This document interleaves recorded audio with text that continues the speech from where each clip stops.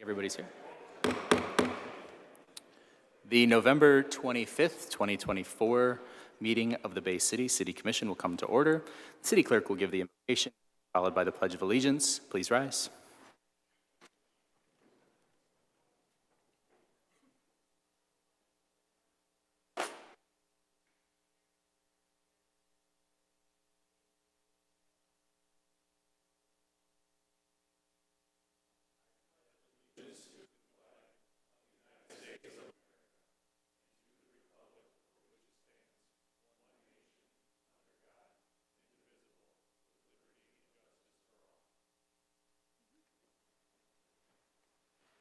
Will the clerk please call the roll? Commissioner Prince. Rivet. Yes. Bernie. Yes. Runner. Here. Hilliker. Gerard. Present. Runberg. Here. Clements. Here. Morris. Here. And Mr. Mayor. I'm here. I have heard from Commissioner Hilliker. She is stuck in some traffic on her way up from downstate. Is there a motion to excuse? Commissioner Brunner? Move to excuse Commissioner Hilliker. Thank you. Is there a second? Commissioner Gerard? Second. Thank you. Is there any objection? Seeing none, Commissioner Hilliker is excused. Next order of business is presentations. We have 3 this evening, and the first one is swearing in of our new First Ward City Commissioner.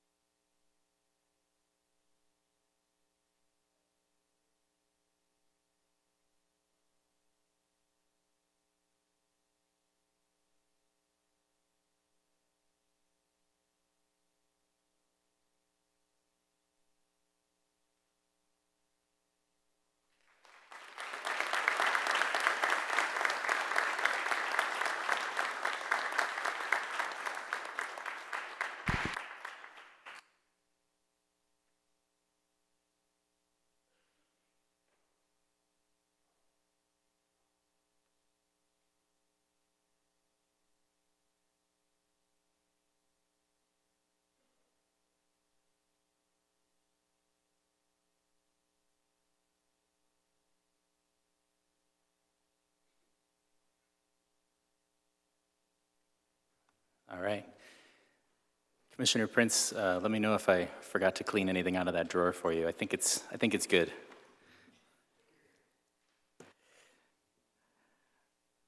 Next order of business is our public safety infrastructure presentation, and Ms. Muscat is going to introduce and get us started.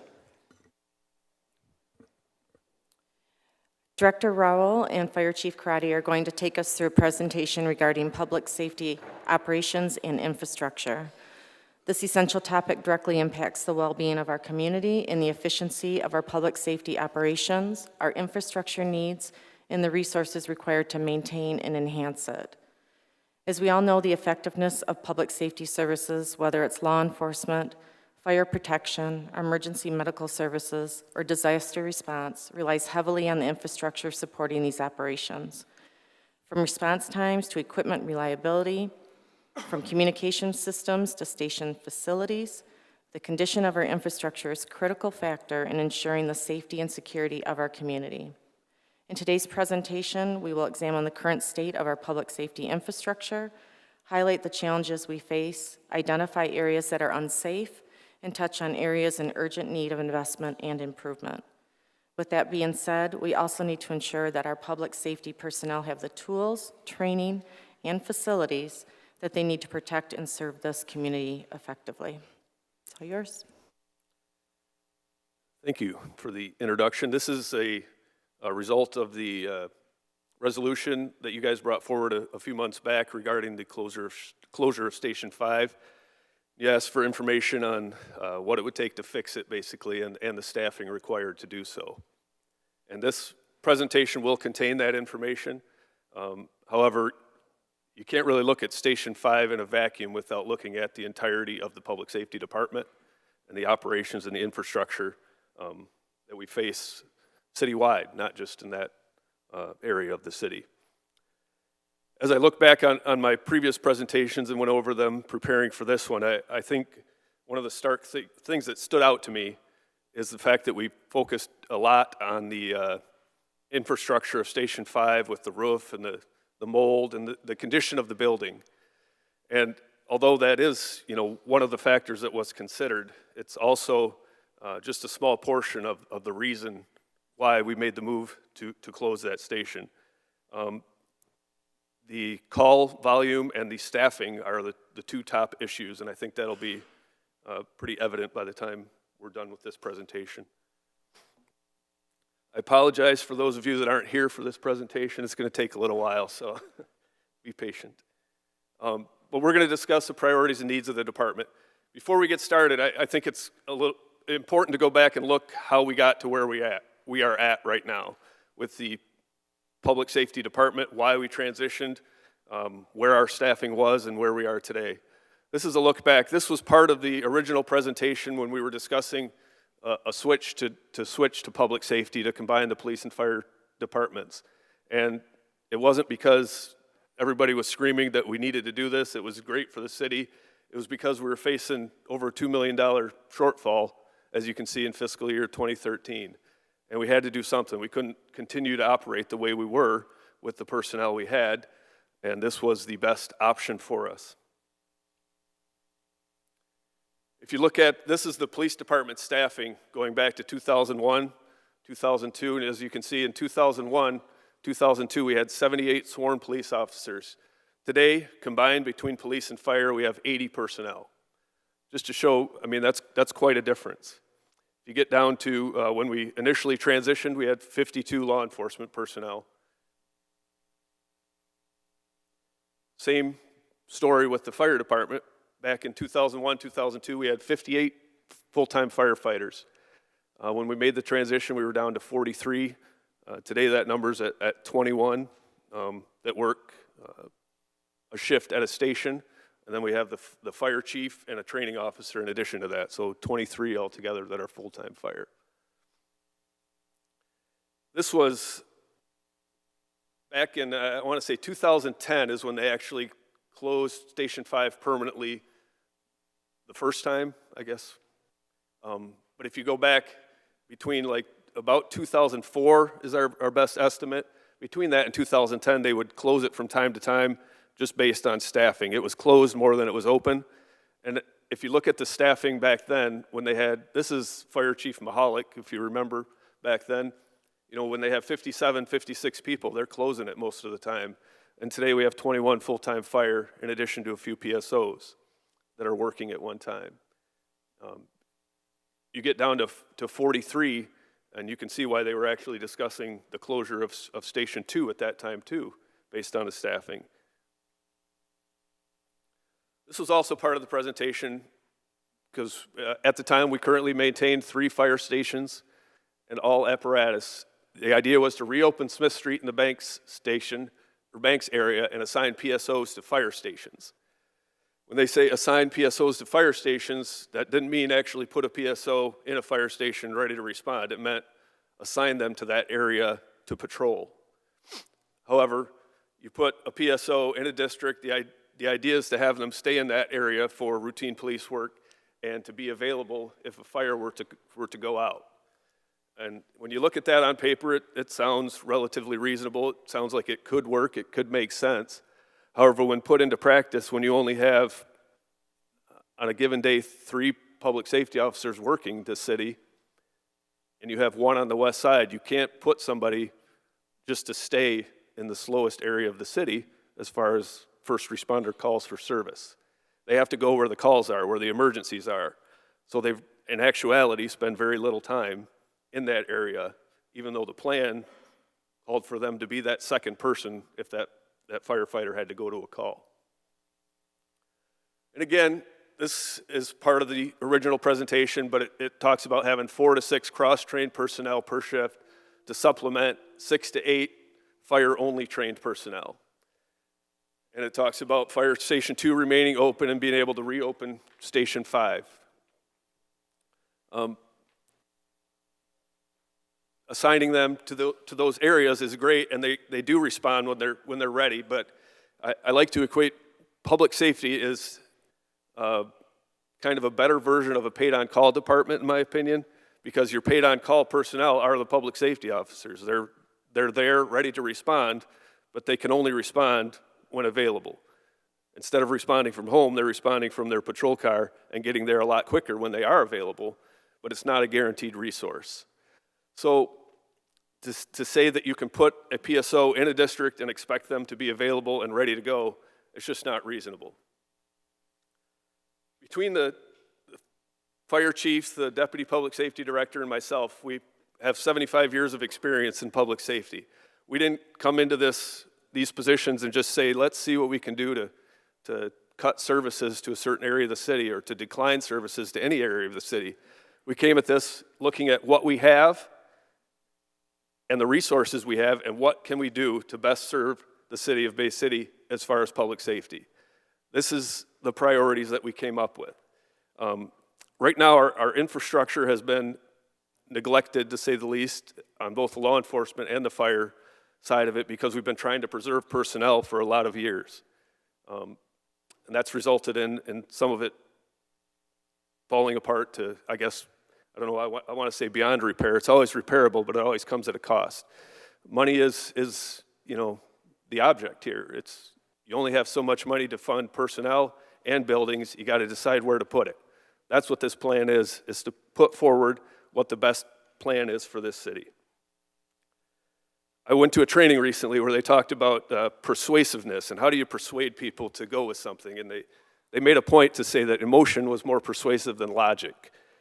And unfortunately, I think that's what we're falling into. I don't blame people that don't want to see a fire station close in their area. I don't blame them at all. But the facts of the money, the personnel, and the call volume point us in that direction to close that station. I equate having a fire station in Area 5 to, if say we permanently assign a police officer there to stay on that side of the railroad tracks just in case an armed robbery or burglary was occurring. They face the same issues. We don't have a police station in every corner of the city because they have to respond from where they're at. They go to where the calls are. It's no different than the fire service. You still have to have the people to go. A building doesn't put out fire, firefighters do. We can't really expect our department to operate the same way we did with 100 and some people with 80. It's just not a feasible thing to ask. Consolidation of stations provides the best service to the community with the people that we have. We're going to go over all the infrastructure needs tonight. I'm going to start with the law enforcement center, then I'm going to turn it over to the fire chief to talk about each of the stations in a little more detail. In 1977, we had a contract with Bay County to basically, we would pay a portion of maintenance and operations for the building of our little corner of it. Ends up being 13 to 15%, depending on where you look at the contract. Current year, we have $115,000 to pay for maintenance and operations at the law enforcement center. One thing that we've been increasingly aware of is that there's no agreement on who pays for any improvements to the building. It's getting older, and there have always been issues with it. We're under the impression that some things that I would consider maintenance issue, they consider infrastructure improvements or things of that nature, like replacing the lighting with LED when the old stuff goes bad or things of that nature. And it just, it's not a clear-cut situation as of now. We've worked with them, they're working with us, but it's difficult to determine who fixes what. That being said, there are some issues that are I would consider unfixable. The way they designed the jail and the law enforcement center put the jail and the inmates right above our offices.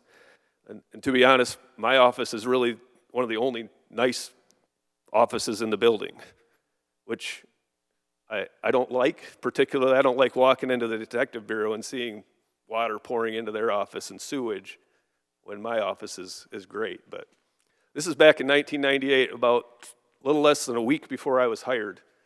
There was you have it in your packet. It's hard to read up there on the screen for those of you in the audience, but it talks about the coffee cup that was on the detective sergeant's desk and had sewage dripping in it all morning while he drank it. So just one example, and this is 26 years ago. The HVAC coming through the ceiling, the water and the tiles above the ceiling. This is another memo of a detective's office flooding. He actually asked, if you read the memo, if they could install a tarp over his computer and his desk just to keep the water funneling away from him for the next time it leaks.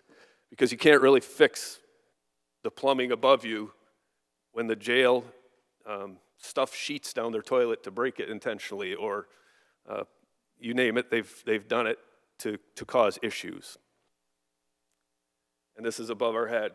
It got to the point, this was actually back in 1999, they were looking into building a new police department. It was cost of about $10 million back then. This was the study they had done by an architecture firm. However, the economy kind of crashed at that point, and we were just trying to, as I said, preserve people. So this kind of went by the wayside, and we lived with what we have. These are all pictures within the past, I don't think there's anything older than a year up here, some of it within the past couple weeks. If you can see up in the left-hand corner there, that's above one of the lieutenant's offices. Obviously mold from a leaky pipe up there that it took him a while to get fixed. This is a locker room. This is another captain's office. This is actually Central Records, and we used to have right on this wall here is where we had our copy machine and printers.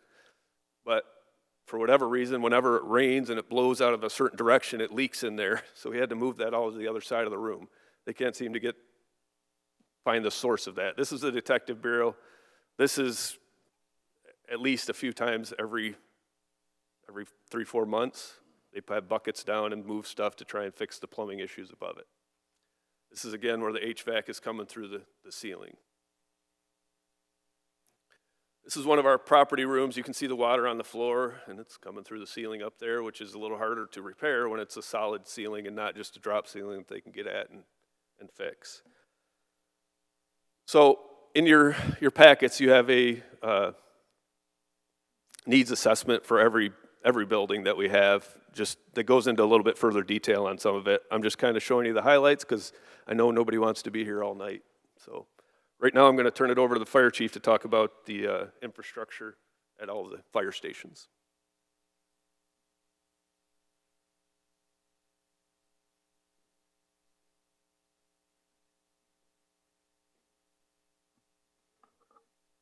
Good evening. On? Can you hear me? Okay. All right, so looking at the fire station infrastructure needs analysis. So this project started a few years ago. I attended a 10-month program at Eastern Michigan University where they asked, what's your biggest problem in your organization or in your municipality? And the biggest problem that we're trying to fix in the fire division is how do we address aging infrastructure?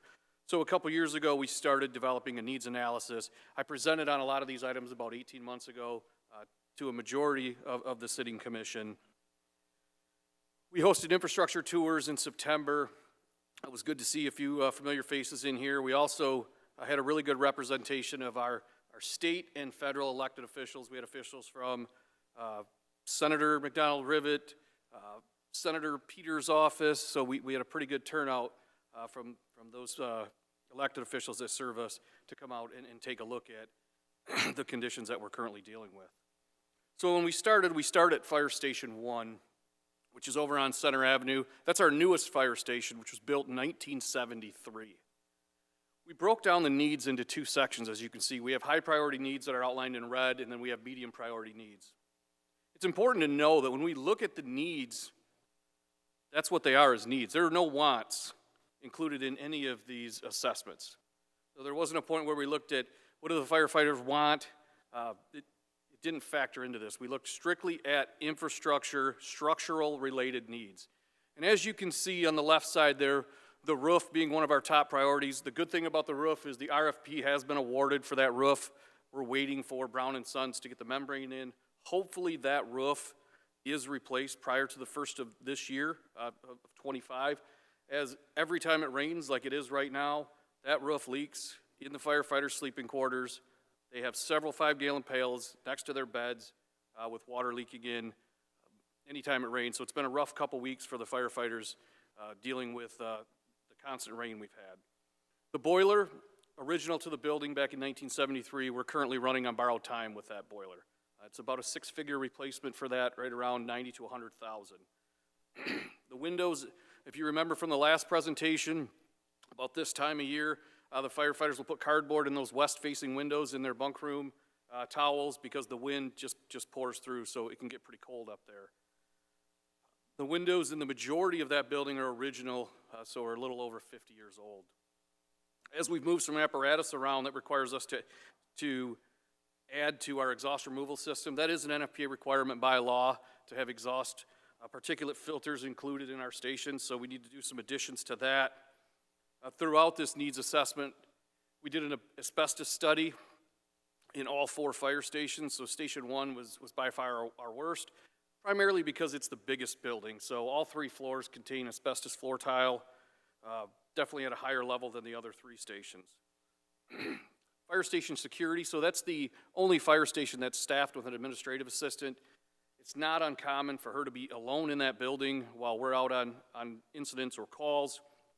When that happens, she doesn't have any ability to screen individuals prior to getting them in. So we are looking at, we've worked with IT here, relatively low-cost options to provide a video camera, something along the lines of a blank camera, to at least be able to screen people prior to letting them in the building when she's there alone. Cascade system is 10 years beyond replacement. That is the system that fills our air bottles. So when we work a fire, we come back to the station to fill the bottles that we wear on our back. The Cascade system is what we utilize to refill those. And then what I would consider a major item of concern is the paging system. And what a paging system is, that's the system that operates when dispatch sends a call to us. It sets tones off, the lights go off in the station. That's how we receive the voice portion of an emergency dispatch. That station is original to the building, or that system is original to the building as well, so it's 50 years old. The issues we've had is it's so far beyond repair at this point, we can't get parts to fix that. The contractors that we used to use have essentially thrown their hands up. There are no fixes for that system currently. So we struggle with fire officers, apparatus not being notified that there's a call. We'll get a phone call and say, hey, did you get the tones? No, we didn't. Well, we have a call at so-and-so. All right, tones never dropped. That's not something uncommon, especially at Fire Station 2. More common there than the rest of our stations. Moving over to those medium priority needs. Concrete approach repair. Again, most of this stuff is original to the station. The concrete approach is just starting to disintegrate, especially in the city-owned sidewalk area that runs in front of the station. Some pretty good holes there. Some of the office HVAC units, we started to replace those with personnel in-house. Asphalt repairs, so both parking lots, the parking lot to the rear of the fire station along the alley, and then the west side of Lincoln Street, just disintegrating over time. Station air compressor, which is what keeps air in our fire trucks. So all of our air brakes that need to stay at that minimum of 60 pounds, that station air compressor is in need of replacement. The carpet, I know some of you that went through the tours kind of chuckled, but the carpet in the bunk room is original from 1973. And especially with the issues we've had with the roof, definitely in need of replacement. And the last couple items, some entry doors and railings are just over time starting to rust and fall apart. And we currently don't have any ADA compliant restrooms, so it's not uncommon for us to have individuals stop in that want to use the restroom, but we don't have anything that's ADA compliant currently. So the total costs to address those issues at Fire Station 1 are right around $527,000. Moving into Fire Station 2, which I know you're aware of, that is our fire station. It's our oldest one, 1956. That's the one where we're dealing with PFAS contamination. We've been dealing with that since 2020. It's Been quite a project. Significant work has already been completed there in terms of site excavation, site mitigation, required testing and sampling through Eagle. We've tested enough to know that they're not going to let us rebuild there. So there's so much PFAS contamination that that site, at some point, we're just waiting for the news, but at some point, we will have to demo that and look for another site in the south end. So there's also significant structural damage, especially on the south wall. Walls are shifting. It's in pretty rough shape, but it's been a good station for a long time. It's just pretty old. Fire Station 4, I know it kind of seems like it's all doom and gloom. Fire Station 4, I would say, is a bright spot for us. Although it was built in 1964, it's in pretty good shape. Overall, I think it needs some minor repairs. The high priority needs at Fire Station 4 are windows. We have those in the budget. We'll currently address that in this fiscal year. Again, similar to Station 1, some exhaust removal system additions, just to stay compliant with NFPA. Small portion of asbestos abatement that needs to take place just in one room at Fire Station 4. Paging system is a concern, like we noted in Fire Station 1 and Fire Station 2.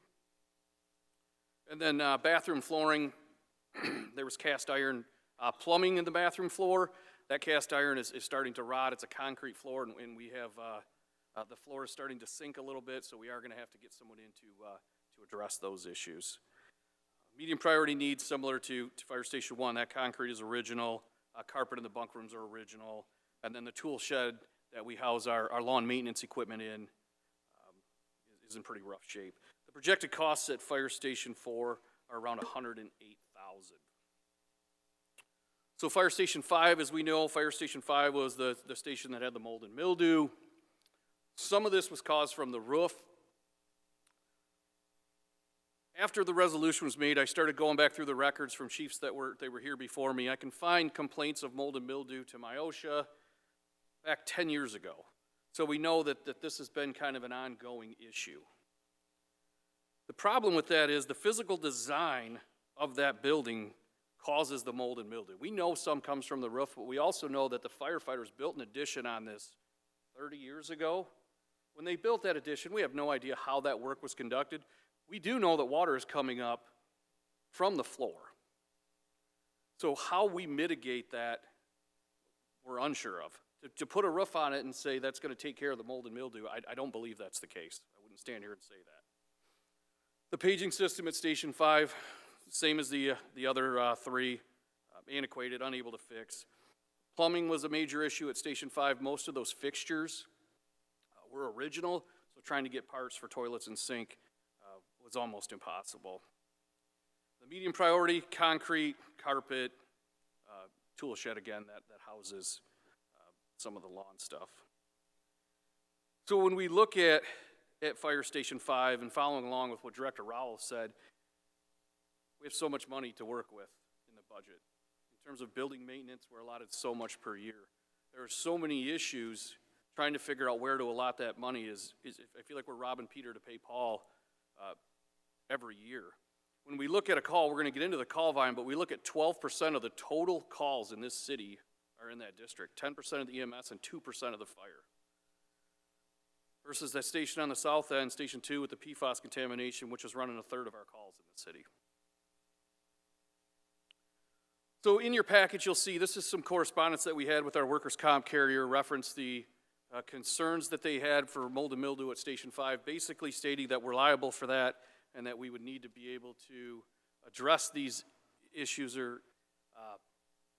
prior to putting anyone back in there on a long-term basis.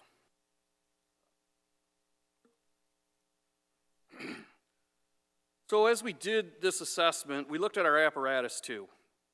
And as you can see in front of you is an apparatus grading schedule that we use to give a letter grade to our equipment. The big picture, I think we're in pretty good shape. I'll take something that newly elected Commissioner Prince said last week. We can't continue to run fire apparatus and fire engines on medical calls. The fire service has operated the same way for an eternity, and frankly, it doesn't work. We have to run quick response vehicles, utility type vehicles to these medicals. We started that on the west side with the implementation of Rescue 4. It's worked great. Response times are actually down 4 seconds from 5:22 to 5:18.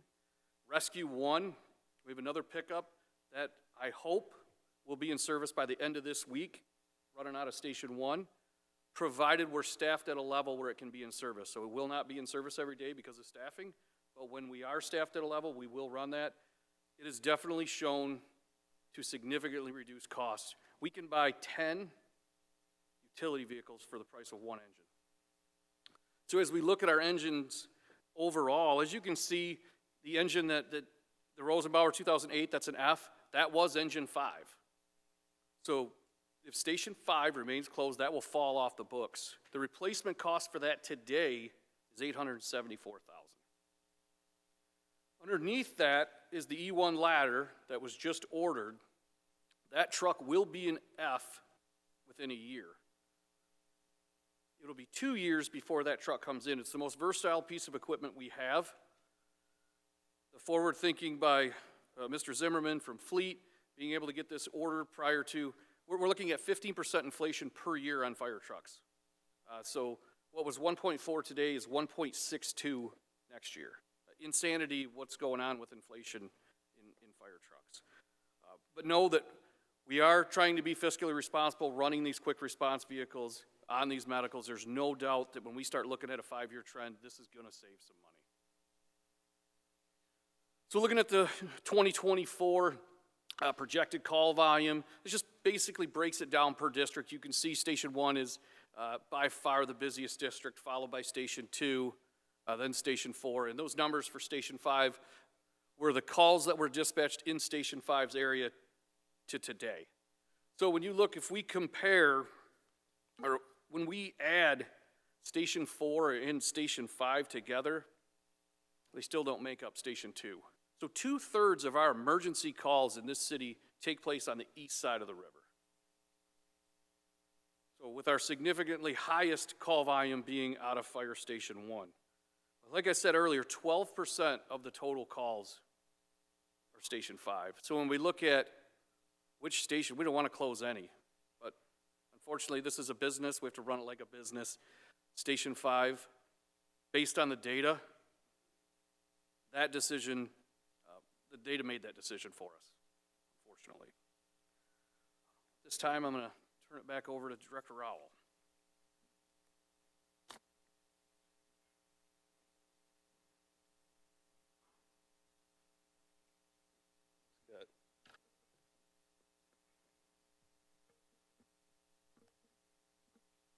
Now that we've depressed everybody here, I guess. The good news is that to fix public safety or to move forward or to fill a lot of the holes, it won't cost $600 million like the streets will. So that's good news, right?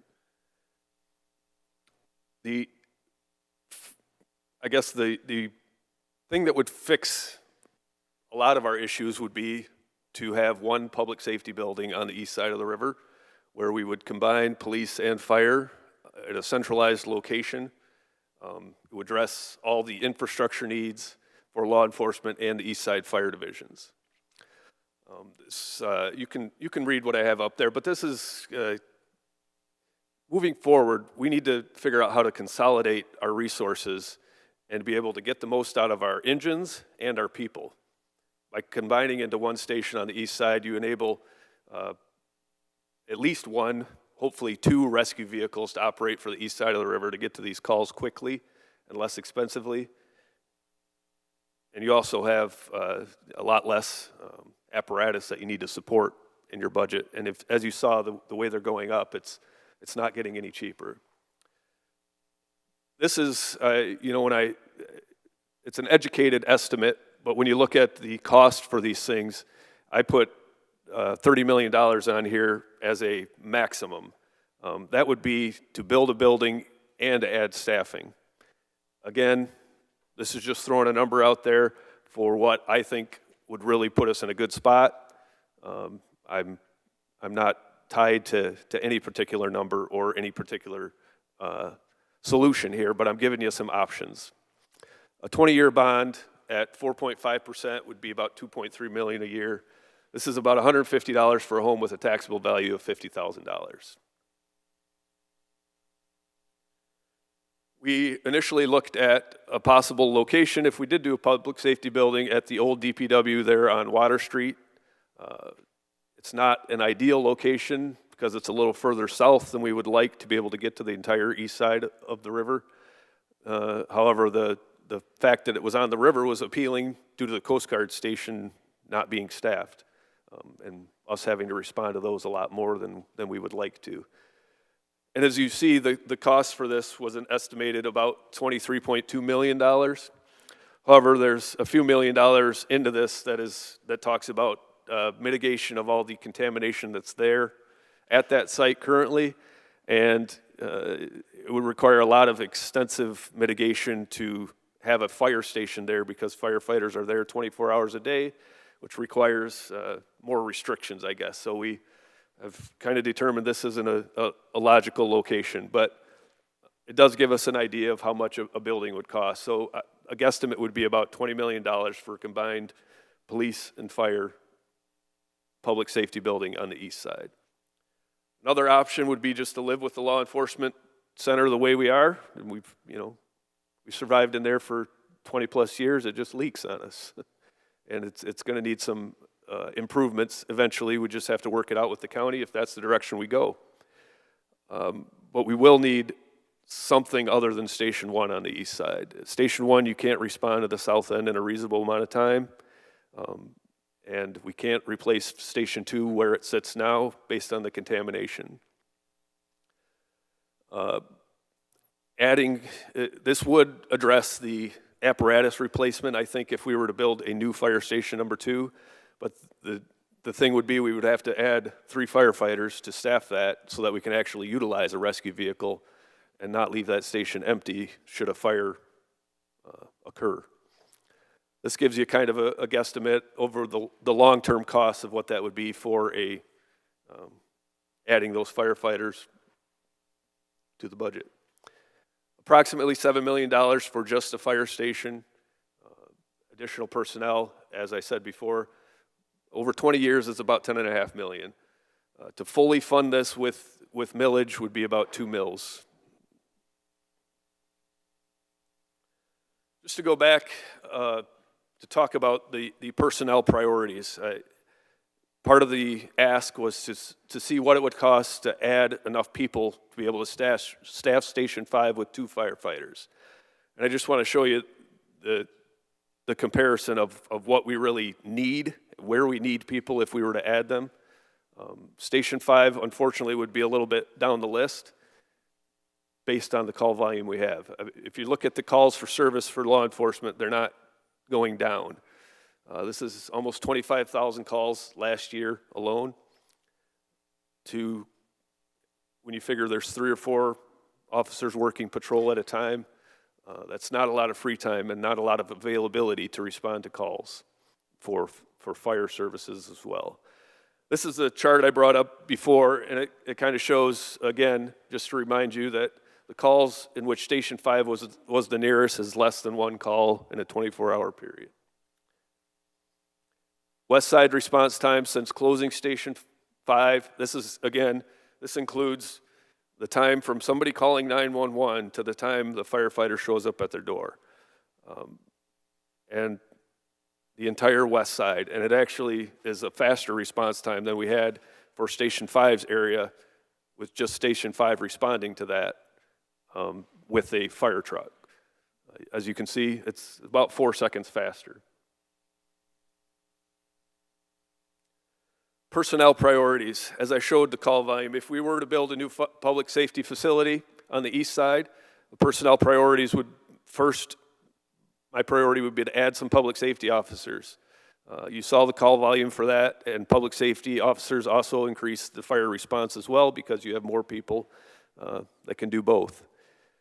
After that, I would add 3 additional firefighters to staff the east side fire station so that we can run 2 rescues out of that and save on fire apparatus.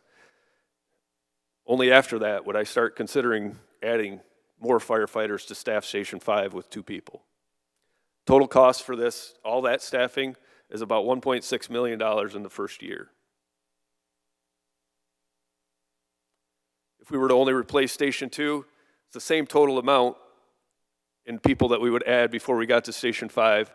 However, I would start with 3 firefighters at Station 2 if we were to replace that station, just because I don't like having the firefighter there on an island by themselves. This would allow us to run a rescue out of that station. Again, same cost as at the bottom line. We have legislative update meetings. I think they're almost tired of hearing me talk about it, but every time we meet with representatives, whether it's at the state or federal level, I bring up the need for infrastructure improvements here in the city. I bring up PFAS remediation because a lot of places are dealing with it. We just happen to be one of the first that was discovered to have such heavy PFAS contamination at one of our fire stations. We've talked directly with Senator Gary Peters' office on multiple occasions. We've talked with Senator Kristen McDonald-Rivet on multiple occasions. I think there is hope that they will hopefully eventually help us with the PFAS. They've led us to believe, I guess, that that's a possibility in the future. However, the infrastructure is not, I haven't gotten too many positive comments from them yet. I know last year, just for example, the state funded 3 different new fire departments for a couple cities in the state of Michigan. However, that was kind of an unusual budget year where there was a lot of money to go around, and I've been told not to count on that ever happening again. But we have met with them, we have talked to them. AFG grants, which I know some of you have mentioned, we have applied for, we have gotten in the past. When they do an AFG grant, they always put out what the priorities are. And the number one priority for AFG grant is safety and operations. And infrastructure is almost never included. I haven't ever seen it included in their priorities, and I've never seen them award something that wasn't in their top 3 priorities. Right now, we actually are applying for an AFG grant to replace all of our SCBA's, and we're doing it in a combined application with Midland because when you do a regional application, you're more likely to get approved. It doesn't make sense to me for us to apply for something that we're likely not to get and not apply for something that we are likely to get when we need both. The SCBA's that we currently have were paid for by AFG grant. There's also, I've heard people mention the SAFER grant, which is to add actual firefighters to your roster. There are a lot of strings attached to those grants, and I don't like personally hiring people with a Band-Aid and hoping to be able to keep them, because it only gives you funding for up to 3 years, and then after that, you have to come up with the funding on your own if you were awarded however many dollars or firefighters equivalent. With that being said, I'm open for questions. Thank you very much. Do any members of the commission have any questions? Commissioner Rivet. Last year, we gave your department a $1.4 million annual increase in salaries that will be effective in 2 years, $1.4 million a year. I said at the time, how does this impact the rest of the city? How does it impact the rest of your department? No trouble, we got plenty of money. I'm confused. Have we talked to Bangor Township about, they're building a new fire station. Have we talked about working in conjunction with them? We know fire calls are down, right? Have we had a conversation with them? And we had a conversation with the county about a law enforcement center. I can't believe Sheriff Cunningham's happy with water on his desks either. So I guess I ran a fire department for 4 years, and I understand you can always use more stuff. But what I'm watching is from the manager, no vision, no strategic approach to running public safety in this city. So why haven't we talked to Bangor? They're trying to build a new fire station right on Euclid Avenue, right? Why are we talking to the sheriff's department and the county executive? I mean, what you want to do, and the other piece that's relatively critical, and I'm as sad as anybody to see 48 to 23 firefighters in the city of Bay City. But we were sold at that time that the police would be there to support them, right? That's what was sold to us. And that has saved a significant amount of money. So I am skeptical that there has been strategic and long-term visioning for any department in this city, and we're seeing the consequence of it now. And so, you know, I think we got to be a lot more thought out. We got to have a far broader view and a strategic approach to running this city. And when you commit to $1.4 million a year for a salary increase, and maybe it was warranted. I mean, but you have to recognize that that's going to take that much money out of being able to update infrastructure, to have a strategic plan, to address other issues within the city. And the fact that we go from item to item with no planning ultimately is our problem. And so here's my first question. Do you ever talk to Bangor about joint operations and joint facilities? Absolutely. Let Fire Chief Karate address that first question. So yes, absolutely, we do. So as you know, we've recently just started with working with Bangor on automatic aids. So on the west side, we work with them on automatic. We're both dispatched at the same time for their structure fires and ours. They also come to the east side on a second alarm for us. Great relationship. Those are conversations that Chief Galoner and I have had, reference the new station that's going to be built on Euclid. We're following a model right now that took place in Jackson. The city of Jackson and Summit Township just did a merger. Those communities are very similar to Bay City and Bangor Township. So nothing official, but to answer your question, absolutely, we have had those conversations started. You know, I proposed that in 1996. Well, if you'd have made that happen, we wouldn't be talking about it. Well, it's because the city commission refused to take it up, right? What about joint police services with the county?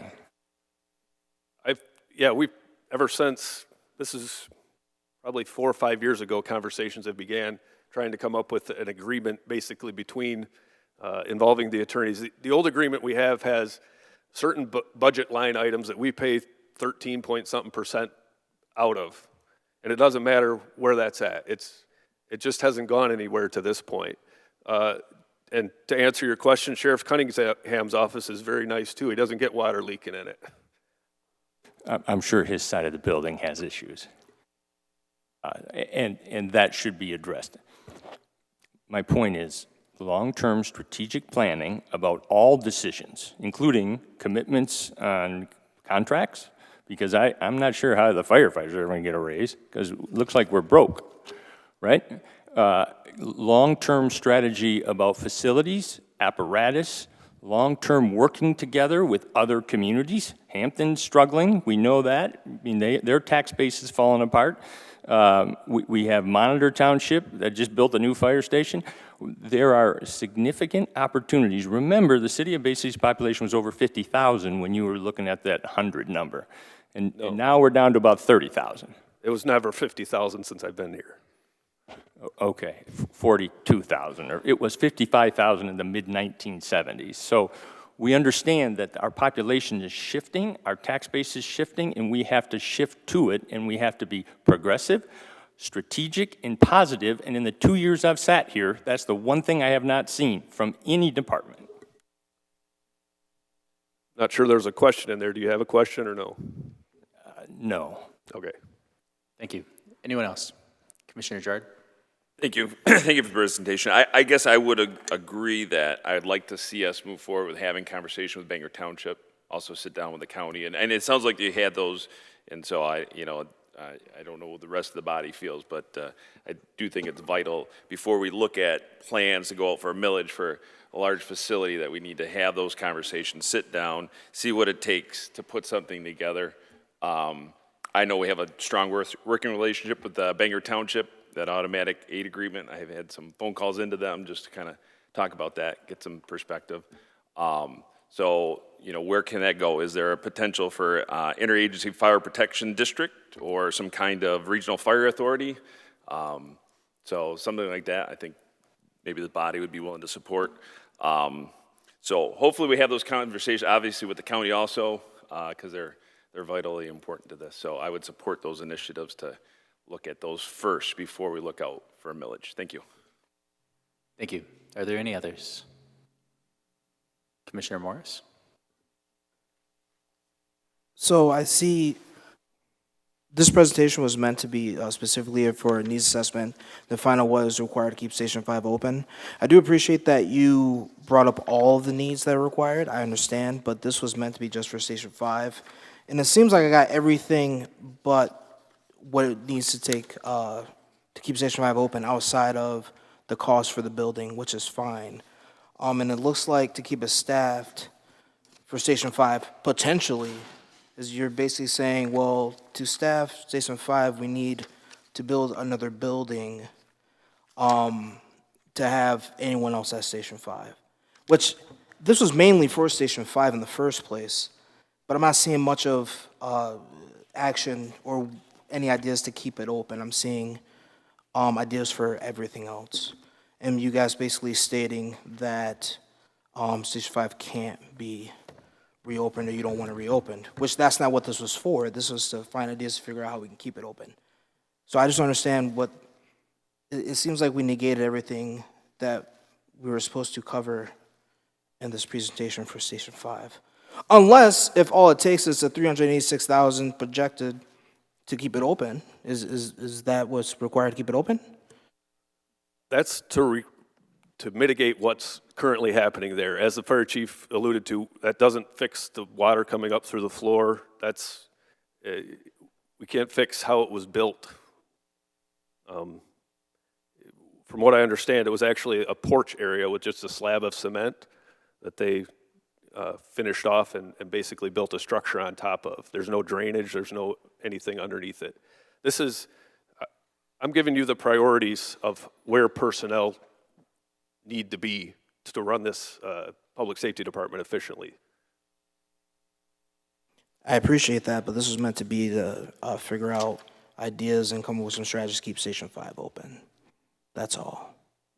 I do appreciate everything else, though, because this is required. Like, I believe this is needed information for everyone, but this is meant to be primarily for Station 5 is all. Thank you. Thank you. Are there others? Commissioner Gerard? Sorry, just to follow up. How are we, so with Station 5 closure, so how are we protecting the residents in that area right now and servicing those folks with the closure there? I know a lot of the concern is, if you will, with the bridges closed and then we have trains blocking the intersections. Some big concerns about that. How are we addressing that? What are we doing to make sure that we have that area covered? I mean, that's really a big part of the question people have in that area, the banks specifically. Yeah, it's still, we rely heavily on mutual aid with Bangor, just like they rely heavily on mutual aid from us. If we're blocked, Bangor will respond whenever we need them to. We have a great working relationship with them. So they can access that. How are they accessing that point? I guess maybe just a fun. They're on the other side of the tracks.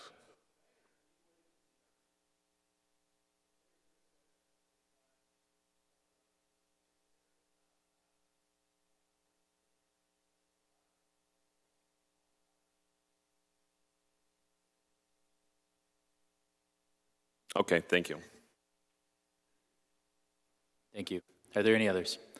Commissioner Prince? What are our current staffing levels at each of the fire stations?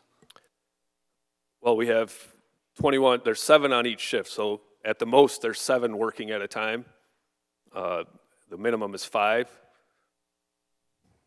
So 2 at Station 1 at a minimum all the time. There could be as few as 1 at Station 2, and then 2 at Station 4.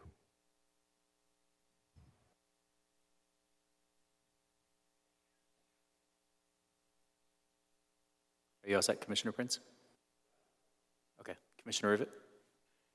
Just to follow up, people confuse my extraordinary respect for the firefighters and the police department and the members of the police department. I've always had a tremendous amount of respect for them.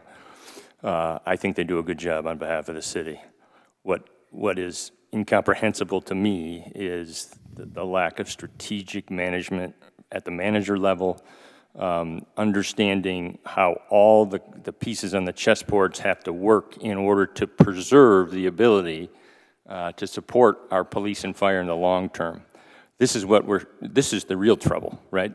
The real trouble is these folks are doing their job, and because we don't have a strategic plan for how we operate this city, they're the ones who get laid off in the long run. What's up? Anyone else? I have a couple questions. So you talked about a public safety facility being built at the old DPW site. I didn't hear any mention of any fire coverage on the west side as well. I can't imagine that taking away both fire stations on the west side would be popular. Is there a plan to have fire coverage there?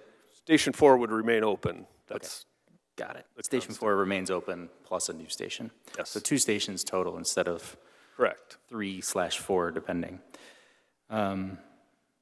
Okay, the other question I have is, right now our firefighters go to medical calls, and I know that some communities do that and some communities don't do that, and it's an all or nothing, you don't get to choose.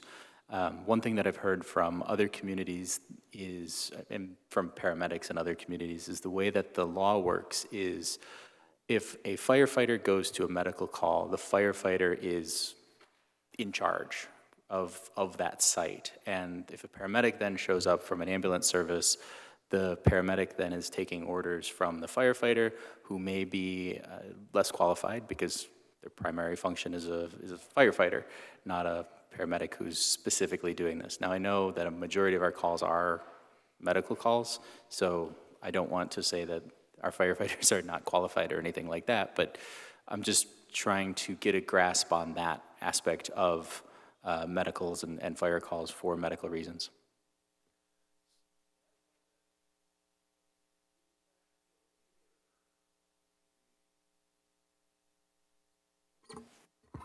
So if we get there first, we're going to start whatever life-saving operations we need to do. If it's an ALS call, as we're trained at the BLS level, we're BLS done transporting here in Bay City. If it's an ALS call and MedStar shows up, their paramedic is going to take control of that scene. In terms of who's in charge, I don't think we've ever had an issue with that, but it goes to the level of licensure. So if it's an ALS call with a cardiac arrest, those paramedics are going to push that medicine and control that treatment.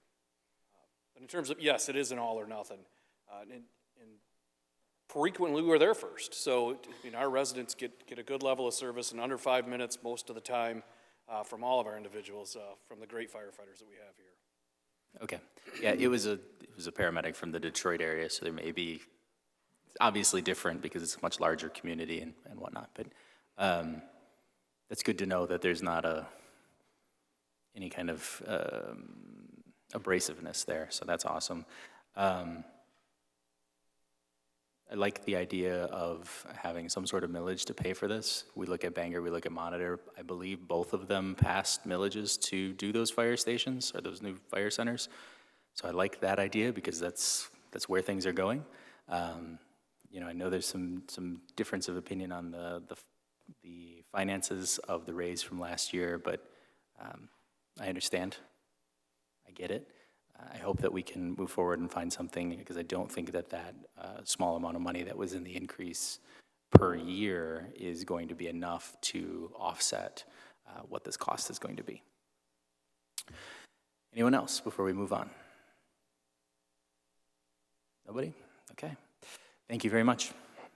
Next order of business is healthcare costs. Ms. Muscat is also going to introduce this one and bring up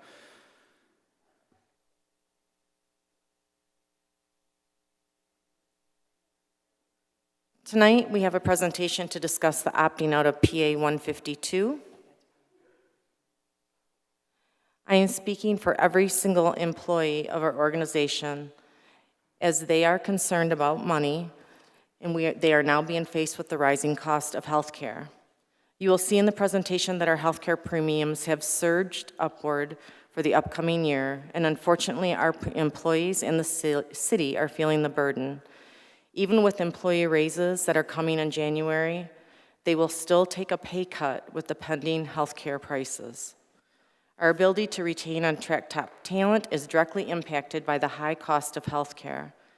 Employees are looking for stability and security, and when the cost of essential healthcare benefits become unaffordable, it risks driving valuable team members away to other places of employment or discouraging potential recruits. This is a challenge that we cannot ignore if we have hope to remain competitive in our industries. In response to this, we have put forward a proposal aimed at easing this burden.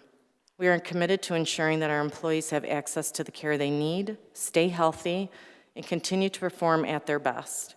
We believe that this proposal will not only help support our workforce, but also enable us to retain our talented staff and attract the best candidates for the future. With that, I'm going to turn it over to Brad Tucker, our HR Director, and George Martini, our Fiscal Services Director. Good evening. So we prepared a presentation today. We're going to go through some of the options that we have, and we're going to start off with the current state of our city healthcare plan. So Hey, currently, Brad. Sorry, I think you just have to get it in front of you more. am I good here? Good here? Yeah. Okay. So the currently for our two plans that we offer a $1,600 deductible and a $2,000 deductible. Starting at the first option, we go from $52.24 all the way down to $142.37 for a family, depending on the options. You'll see here's our annual costs for those plans. So for a single, you're looking at around $11,000, and then all the way down to a family, which you're looking at roughly $30,000 for those plans annually. In September, we received a proposal from Blue Cross Blue Shield, and these were the numbers of our renewals. So the option one, which went up federally by $50 for the deductible, has now risen to $133.81, which represents a 156% increase for those individuals, all the way down to a family, which has gone up to $364.83, also representing a 156% increase. On our option two, a little bit worse, has risen up for a single to $82.68, all the way down to a family to $225.38. And these are biweekly costs, looking at a roughly 461% increase to that employee's per paycheck.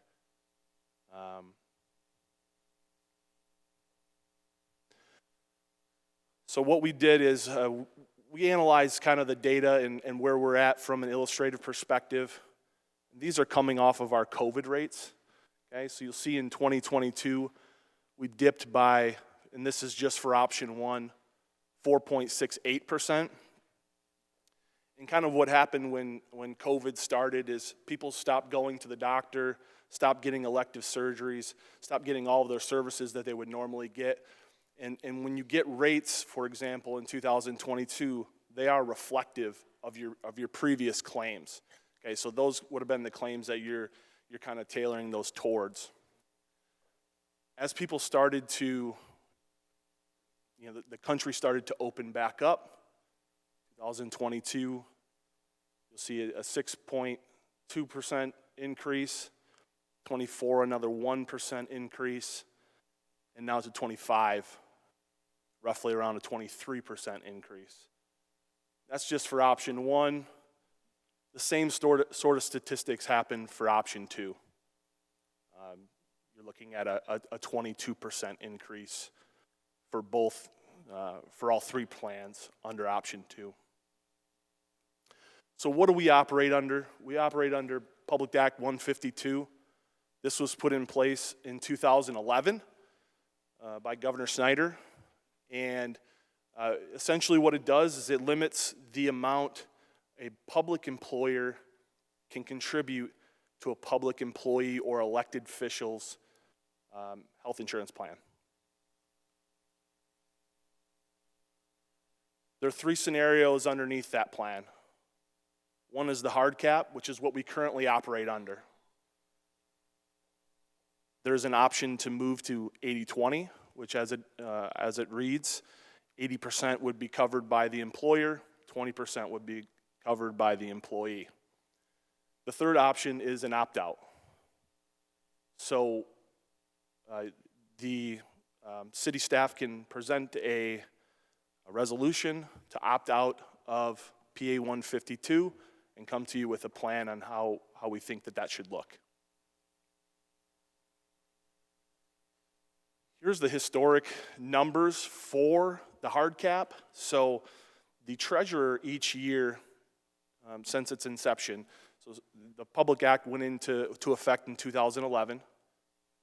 2012 was the first year that they used their calculation. Each year, the treasurer comes out with an increase to that hard cap based off of percentage. Roughly around 2.6% each year is what the average is. As you can see in 2025, the treasurer came back with a 0.2% increase to the hard cap.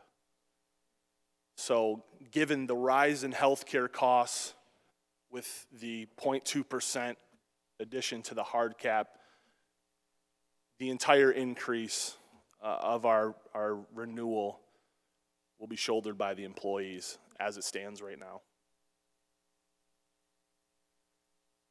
I've kind of put those in graphs here, looking at where the hard cap was at. You'll see that in the red lines.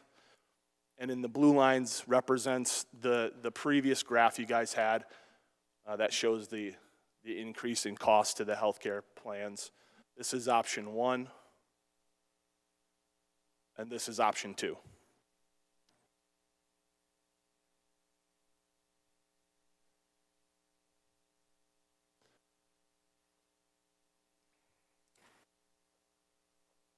So in comparison, I wanted to show a slide where you can see the numbers side by side. So in the first column there, that is what our employees are paying per pay for each of those plans, starting with the single in option 1 at $52.24, which is compared to what the renewal rate came back at, which is $133.81, representing a 156% increase from 2024 to 2025. Same thing with the option 2, going from $14.76 to $82.68 for a single, representing a 460% increase to the biweekly pay for city employees.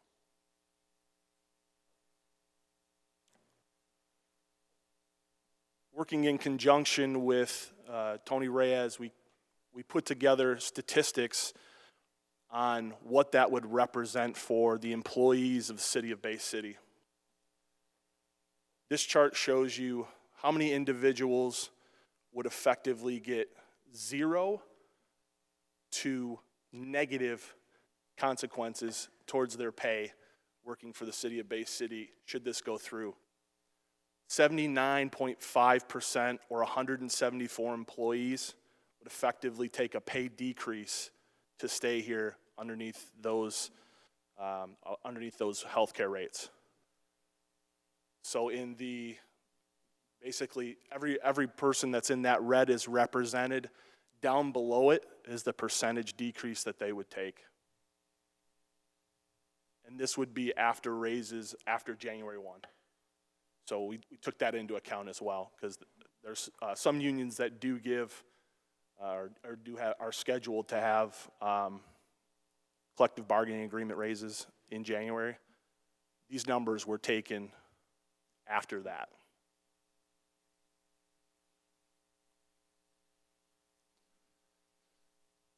So what we kind of tried to analyze here is kind of what happened. Why were these increases so drastic? And we've kind of pinpointed them down to a couple of different things. One is the general cost of health insurance. What it does from our standpoint is they do a look-back period. So they give you your rates based off of claims that you've done in the previous year. And so the City of Bay City has had an extensive amount of claims, just individuals kind of going back, and that's kind of universal around the state, is that, you know, people are getting back into the doctor, they're taking care of things that they didn't normally take care of. Elective surgeries are a big one. We had as we went over previously, there was a small, I would say unprecedented increase to the hard cap rate from the treasurer, and then the rising cost of prescription drugs. I'll go into some of those statistics here. Our prescription drugs, kind of year over year, from 2022 all the way to 2025, you'll see in the blue is our projected, and in the red is the claims that we actually paid. So from 2022, we went from $1.1 million projected all the way up to 2.3 in 2025. There are plenty of reasons for that. One of which we've actually, a couple of them we've already addressed. This chart here represents your claims. So the blue is your projected total claims, and the red is your net claims from past experience. Okay, so they estimate the number in blue, which for 2025 is about 6.6 million. They used claims back from February of 23 to adjust those claims, and that's represented by the $5.8 million chart you see there. As you can see from 2020, we were at roughly 5 million. We're up about $1.6 million in what we're going to be charged and what we're going to have to pay in claims. So in going through this, we've done a couple of things already from the start. The first thing that we've done was we've introduced a GLP-1 exclusion for lifestyle medications. I'm sure everybody's here has seen the Ozempic commercials. The reality is those are about $1,600 a month. So we've elected to exclude those lifestyle medications. Now, it's important to understand that GLP-1s have dual purpose. The first purpose is for diabetes, which is not part of the exclusion. The second piece is for lifestyle, a lifestyle piece, which is the weight loss form. We've only excluded for the weight loss form. The second thing we did was we dropped prescription drug tiers. So we moved from tier 1 in Blue Cross down to tier 2. And what that does is that mandates that if there's a generic drug out there, we're asking that those individuals take that generic drug. Conversely, some people are allergic to the generic drug. There is step therapy that does take that into account and has the ability for those individuals to take it. The third option that we looked at was a deductible. So we introduced 2 new deductibles. One is $2,500 as a deductible. That would be option 3. And option 4 would be a $3,300 deductible. Again, trying to lower the cost for those individuals who might not use the insurance that much. Another option that I failed to put on this slide that I would like to go over is we've been fortunate enough to be involved in a program called ElectRx. And so what ElectRx does is they work through mainly overseas pharmacies. In our particular case, they typically go out of Windsor. And so what they do is they try to focus on high-cost drugs. So I will use the GLP-1s as an example. If we were to have, if it's using good numbers, if the drug costs you $1,000 a month, ElectRx might be able to get it from Canada for roughly $600, and the city would save $400 over the that's just for a 1 month supply of that individual drug. ElectRx aims to try to mitigate those costs. For example, with our pharmacy drugs and what we had last year, had we used ElectRx, and mind you, ElectRx is a voluntary program, and so what we try to do is we try to get incentives to employees to use those. We can't force people to use ElectRx, but if we would have used ElectRx this last year, the city would have saved roughly $600,000. Same medication, everyone would have the same coverage. So that is an option that we're going to be introducing as well to try to mitigate those costs of those prescription drugs.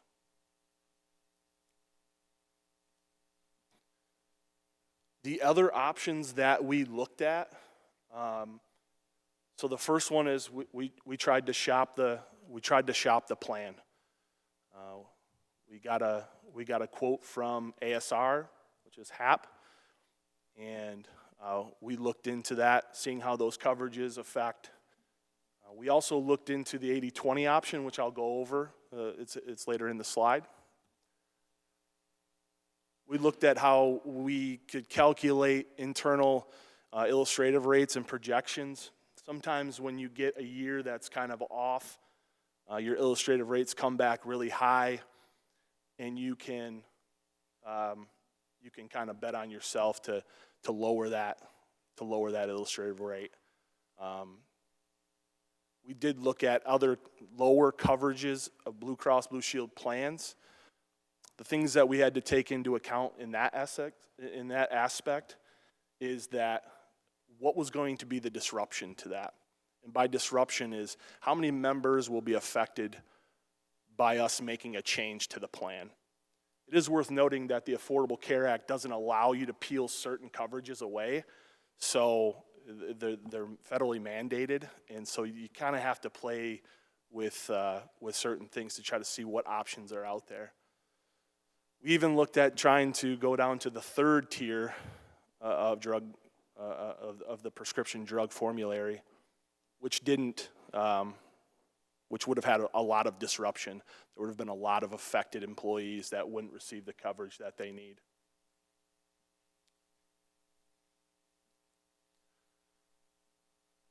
Here's the option that we looked at for the 80-20 option.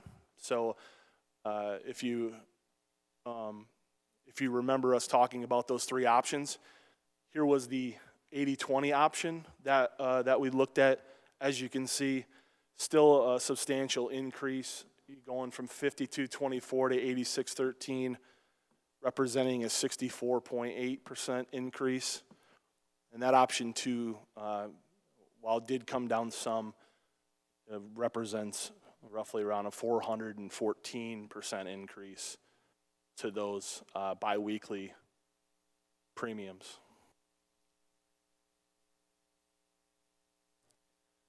So what we did was put together a proposal for an opt-out, and that's what we'll be going over here.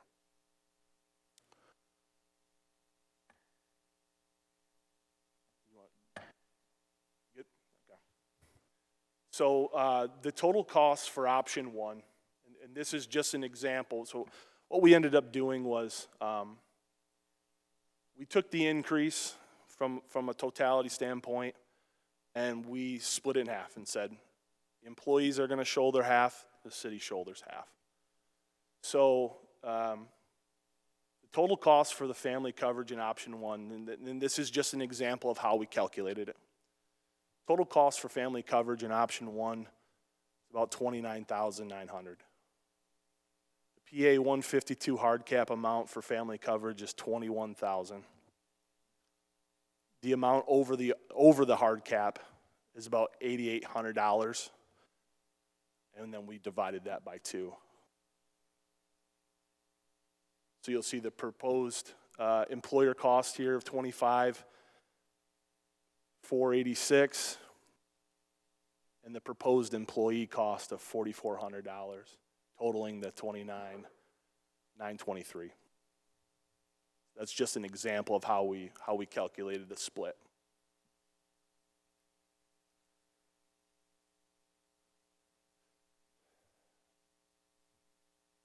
This is a graph here that shows it shows options 1, it shows options 2, and options 3 and 4 as well that we've added into the plan.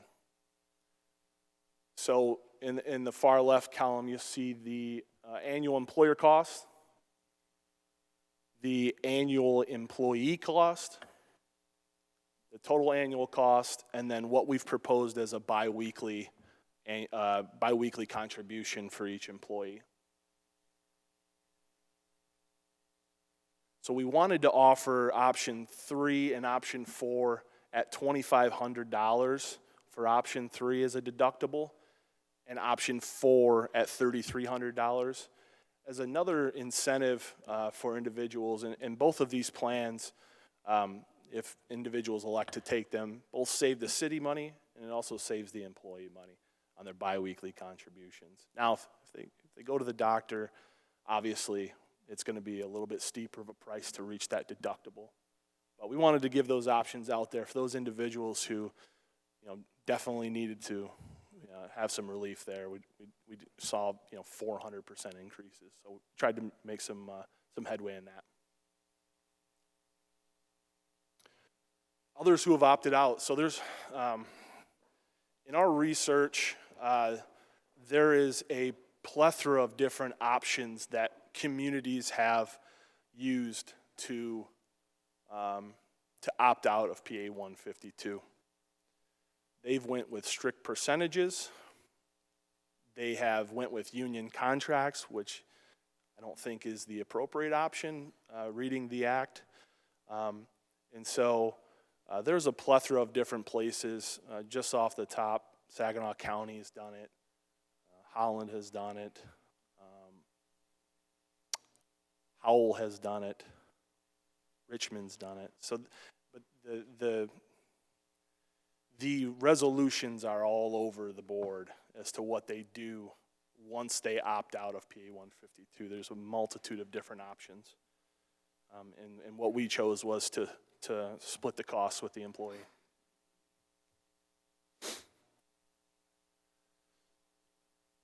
So our proposal, in the first column, you'll see this is what we pay in 2024. Working from option 1 all the way down to option 2. The second column is the proposed per pay. So for a single, going from $52.24 to $62.60, roughly about a $10 increase for those individuals, representing a 19% increase to that. All the way down to option 2, a family goes from $40.16 to $101.96, representing 153.8% increase to that biweekly premium. I think it is important to note that in taking this into consideration, these are big increases to those individuals. These individuals are the working class of Bay City. And so I feel like we've put together a comprehensive plan that helps ease the burden of their health care costs.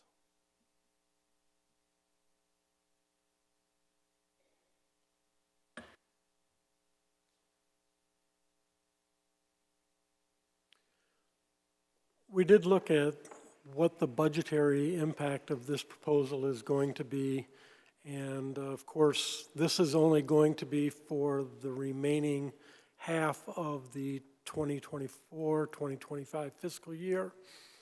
But under the hard cap compliant, under the old methodology, we had total cost of about $3.9 million. And now with the 50-50 hard cap split, that's going to go up to about $4.6 million. Now this is the calendar year totals, not the remaining fiscal year. So the additional cost for all of calendar year 2025 will be about $653,000. But in terms of what it's actually going to do to the 24-25 budget, what we had budgeted was almost $4.3 million. Keep in mind that, you know, when we passed the budget, we knew what the rates were for 2024, but we didn't know what the rates were going to be for 2025. So the rates always, so what we put into the budget was always 6 months of what we knew, and then 6 months of something that was happening in the future, and we typically included a 5% increase. Now, obviously, with some of the increase that we saw, that was significantly further than that 5%.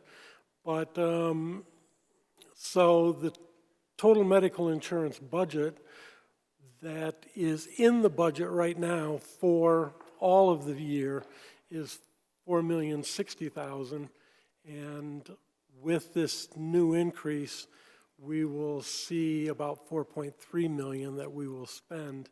So for fiscal year 24-25, for the entire city, not just general fund, we're looking at exceeding the budget by about $231,000.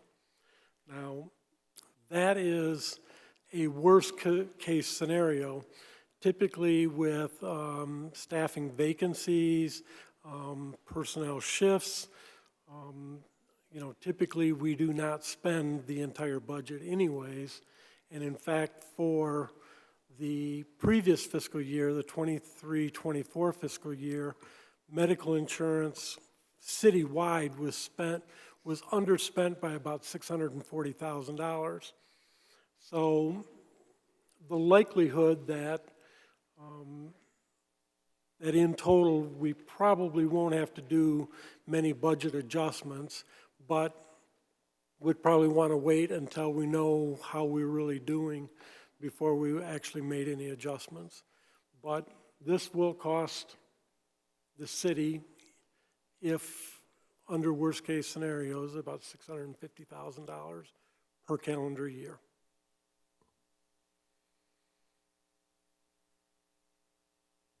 All right. Thank you very much. Do any members of the commission have any questions? Commissioner Clements? Yes, thank you. You mentioned in option 3 and option 4 deductible amounts, $2,500 and $3,300. Are those for single? So for two-person or family, it'd be $5,000 and $6,600. Okay, thanks. Not really a question, just some thoughts. Having gone through this myself as an employee of a public entity, I know these numbers are real. These increases are significant. They're hard. There's, you know, people that you showed are going to literally have a negative paycheck. And, you know, the employer I work for, we would have people that literally wouldn't even receive a paycheck. So I do applaud the city staff coming up with a plan, working with employees for something that I think is good for everybody. You know, these numbers weren't, you know, nobody knew what would happen. The hard cap, you know, it was mentioned how the treasurer sets the hard cap, and that's not just a number that's pulled out of thin air. To only go up 0.2%, you know, they base those hard cap numbers on medical equipment and devices. Doesn't take into account prescriptions, which that's where the increase is coming from, is prescriptions. So Public Act 152 is flawed, and Public Act 152, you know, I was around when it happened, and I'm employed with a public employer, and it was literally done just to screw the employees. There's no other way around it. Fortunately, the city has options, being school districts don't have options. School districts can't opt out of this. So like I said, I applaud coming forward. When we were faced this in the schools, we never heard boo from our administration. It was just kind of too bad. We were able to figure out some things with offering a different plan. So even though the increases still basically suck, they're a lot better than what they could be. So thank you for doing this. Thank you for working with our employees, and I'm happy to support this. Thanks. Thank you. Commissioner Brenner? Thank you very much. Through the chair to the speaker. I think I already know the answer to this, but I'm going to ask it anyway for the record. How will this affect any of our retirees for their health care? So it's important to understand that the retirees, when they retire under a certain contract, we have to follow by what's written in their contracts as they retire. More recently, those contracts, they're reflective of same as active. So these same prices will be passed down to the retirees as well. It is important to understand that PA 152 does not, it excludes retirees from their calculation. And also, is it correct that fire and public safety also have a different plan? Will this affect them in different ways as well? Are you talking about from like a pension standpoint? Correct. I don't believe so. No, the healthcare is different from the pension system. So yeah, no, it would affect them just the same. They would just go by what's in their contracts. A lot of them say percentages of illustrative rates, so we follow that. It just depends on kind of when they retired and under what contract that they did. Okay, thank you very much. Once again, I mirror what Commissioner Clements was saying. This is happening all over, and I'm glad we're taking more of a hands-on stance to this and trying to offer more options than saying, sorry, this is all we have. So thank you very much. I appreciate your time. Thank you. Commissioner Gerard, and I see Commissioner Rivet. Thank you. Quick question. So option 3 and 4 would be an available option to them. We don't know what everybody's going to take until that. Correct. Okay. It is worth noting that options 3 and 4, if an individual takes those, not only does the city save money, they'll save his money as well. So it's kind of a no-brainer to put those two options. Okay, depending on their needs. Yeah, and like if they use it, I mean, typically if you're going for the highest deductible, you're not somebody that uses a ton of health. Yeah, if we have a single young guy, sometimes Exactly. they're not using all of it. Yeah, makes sense. So with the opting out of PA 152, in the past there's potential penalties from the state for revenue sharing. Is that something that's not a consideration at all? Well, it is part of that, but it is basically if you go against not having a commission vote 2/3, then yes, the revenue sharing. They potentially could, or they? No. So if the commission elects to opt out, Yep. then that follows the act. It is when people try to circumvent it. Sometimes Gotcha. they do that with. I get the sense that places have tried to do that with union contracts, and there's clear verbiage in PA 152 that excludes them past any extension that goes beyond 2011. So there's places that do have language in there that says, should these, and not to get into specifics, but should this price go over X, the city or county will opt out of PA 152, which I don't think is what the act was intended to have. Okay. And then others are, as Commissioner Clements said, are experiencing these same type of increases, other municipalities. And so are we seeing this elsewhere around the state, then they're doing this same kind of thing? So to be clear, the way we are doing it will not affect revenue sharing. Gotcha. Okay, thank you. Thank you. Commissioner Rivet? So we have a surplus every year. Is there anything in the law that prevents us from refunding money to our employees up to a percentage of what they are additionally contributing?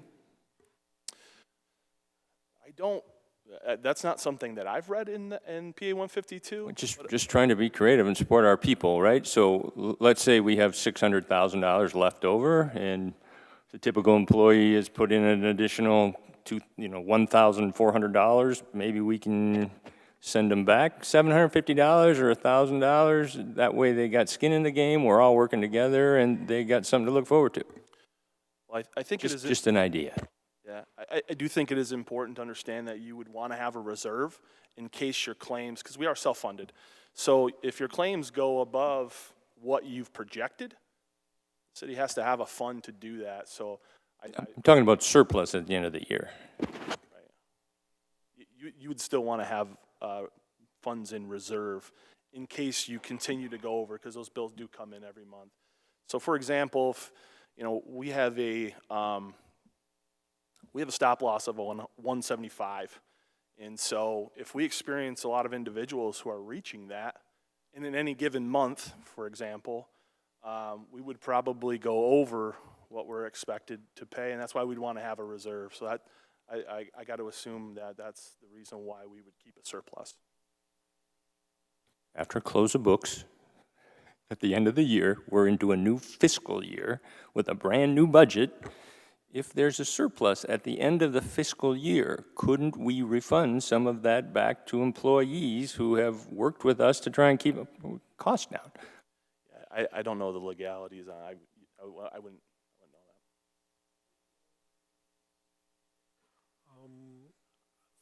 that. I would also say that administratively, it'd probably be somewhat of a small nightmare to try to go ahead and figure out how much you would refund. What would you do for people that are hired in the middle of the year? What do you do for people who are terminated? Then going ahead and keep in mind also that our costs are, although we have an illustrative rate that says we project that this person's going to cost $30,000 to insure, that is not reality. Some people we are going to put away $30,000 for, and they're going to go to the doctors twice and charge $150 for.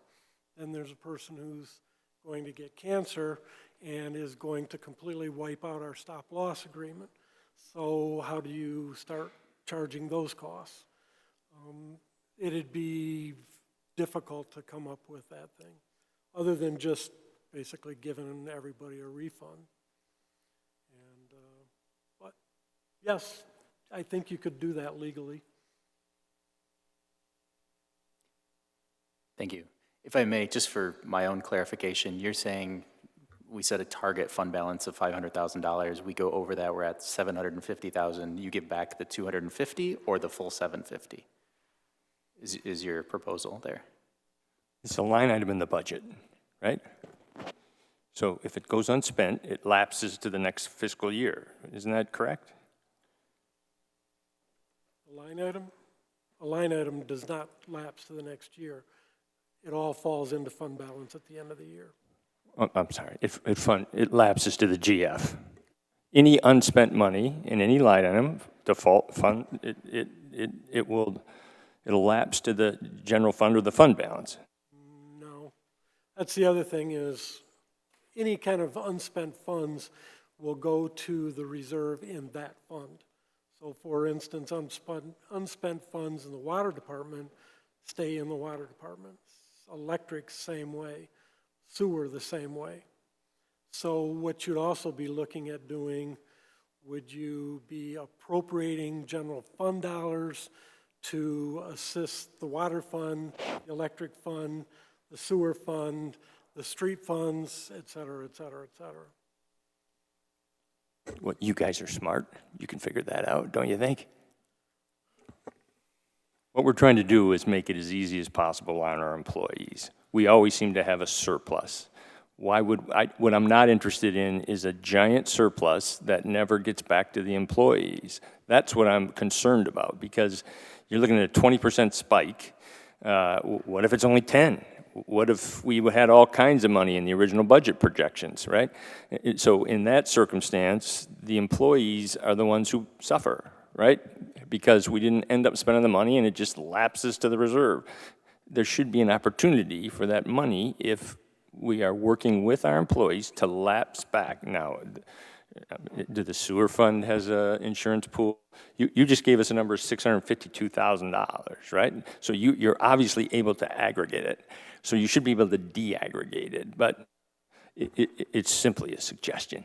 Yeah, I don't know that that wouldn't be considered a part of PA 152, the money that you give to those individuals. Again, we'd probably have to get a legal opinion to see that we're not violating PA 152. We've opted out of 152. It no longer applies to us, right? We've opted out of 152. We have not. No, if we opt out of 152, we're out of 152. Good. Yeah. Yes. But we haven't previously done that up until this point. Okay. Thank you. Commissioner Gerard? Just real quick, so we do this annually, we have to opt out of 152 annually? We'd have to opt out annually, yes. Okay.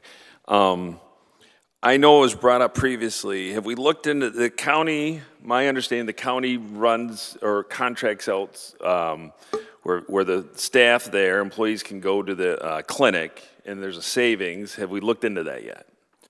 We have looked into that.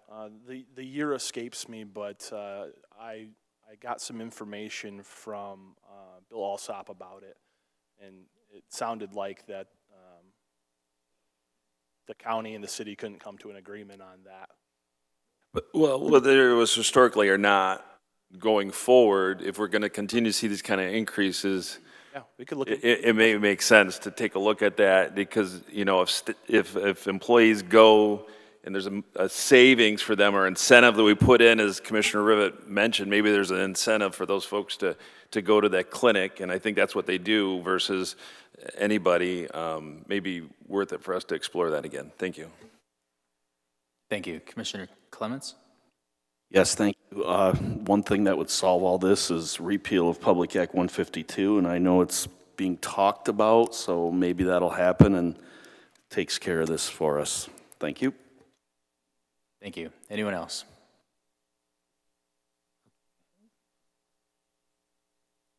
If you want to go first, I'll go after. Sure. I just wanted to mention, too, that when this was all brought to us, we were very cognizant of our employees, and the union representation was at the table with us for the last, I guess it's been about a month and a half, trying to come up with ideas, and we appreciate that they were working with us because we wanted to work right alongside of them. So thank you. Thank you. What do, so most of my questions have been answered, but I have two left. These 4 options for plans that we currently have, I'm assuming option 1 and 2 are pretty good PPO plans, low deductible. Are option 3 both PPO plans that are kind of the same thing, just with higher deductibles, or are they HMOs or the HSA plans? They're the same exact plan as options 1 and 2, just higher deductible. It is worth noting that options 1 and 2 are contractually obligated by the collective bargaining agreements. So we tried to offer a different option for lower costing for the employees. So within those contracts, and I do not want to force this on anyone at all, but is there an option for those members to take different plans if they want? Yeah, so are you talking about options 3 and 4? Yeah, if they were to choose those. Most of the contracts state that we just must offer those plans.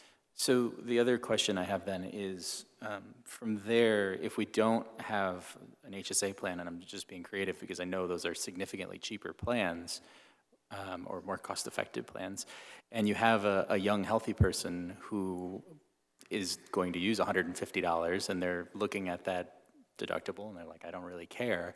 One thing that we could do is, because it's cheaper for us as well, is contribute to their HSA, and then they can cover their healthcare expenses out of that, as well as use it as retirement money. When they get to, I think it's 59 and a half, you can cash that out as retirement money. Is that something that was talked about, was potentially doing that, and then, the city saves money, the employee saves money, and actually gets money back in their HSA as an incentive to take that option? We actually have an HSA plan. We do have an HSA plan. Okay, I thought we didn't. I thought they were all PPOs that were not HSA. HSA plans. They're all HSA plans. They're all HSA plans. All of them are the Okay. exact same plan.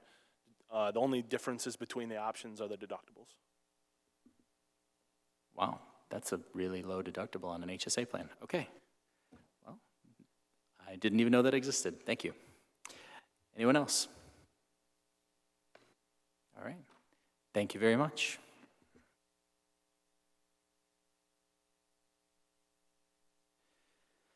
Next order of business is the adoption of the agenda.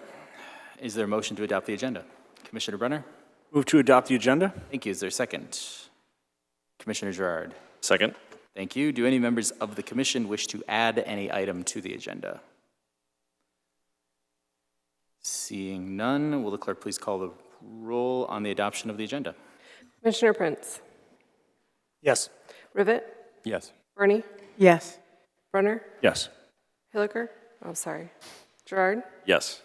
Rumberg? Yes. Clements? Yes. Morris? Yes. Yes. All right, motion is adopted. Next order of business is consent agenda. Do any members of the commission wish to make a change to the consent agenda? Commissioner Burney? 8, 11, and 12.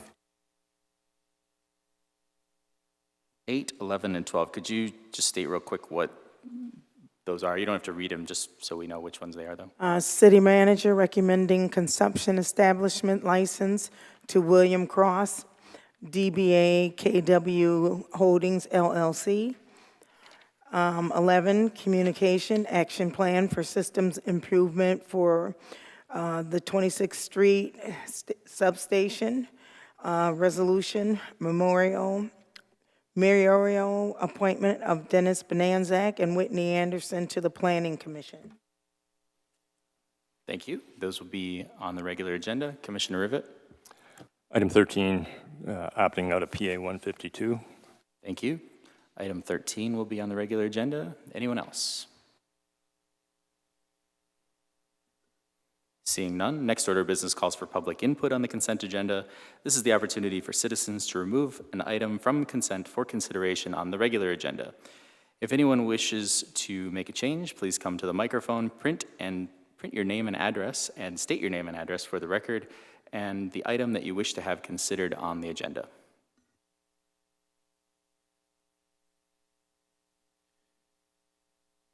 Alex DeWitt, 39 South Erie. Number 14 regarding the Hart Renewable Capacity and Energy Project.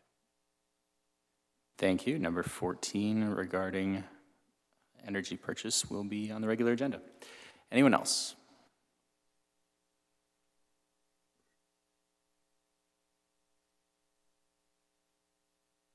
Okay, he was leaving. I thought he was coming up.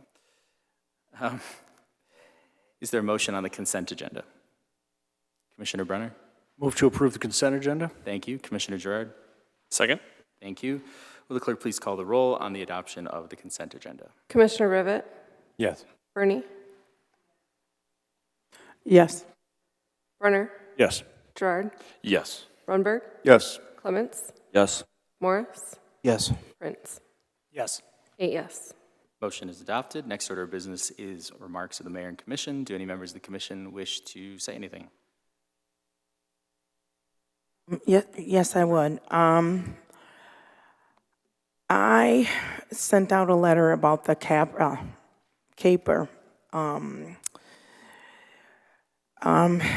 It was, every year there's an annual caper presentation, or it's about, okay, I sent out a letter, and this is the letter that I sent out. There's a caper meeting for community development, and it was put out for this meeting for community development to come to, I wanted the meeting for the caper, the 2023 and 2024 performance of how the money was going to be spent for the assessment for the community development money, for the HUD money and the CDBG funding. That meeting is always done in room 306. And what happens is, I'm gonna put it right here. I asked Dana to have that meeting brought to the public so the public could hear what is done to that money. And I was told that that meeting could not be brought to Chambers. So I want to read what this meeting is about.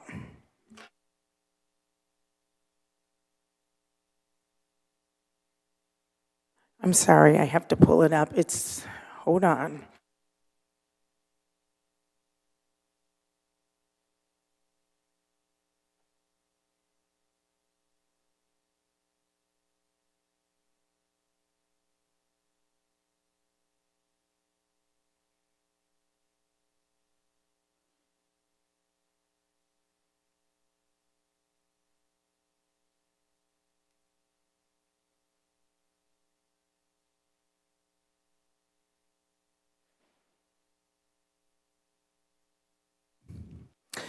It's called a Consolidation Annual Performance Report. The CAPER provides annual performance report for clients and outputs of the CDBG money in the home investment program. Every year it comes out, and it's been coming out for years, of how money is spent for the community for the 2023 and 2024. It's been coming out for over 20 years. And what happens is they get $1,800,000 and some $1 million, $2 million every year to spend on low-income neighborhoods and homeless people, all these things for the lower-income community. This year, there was zero amount of dollars spent on the city of Bay City. So the meeting was a backdoor meeting again, and it was in room 306. There was no money spent on the community, and no one can tell me where the money went. So I asked for city manager to have community development to come to the podium to tell us where this funding went. So the news put it in the paper, an itemized account of where the money went. So I want to read out the itemized account of the money. And this is where the money went.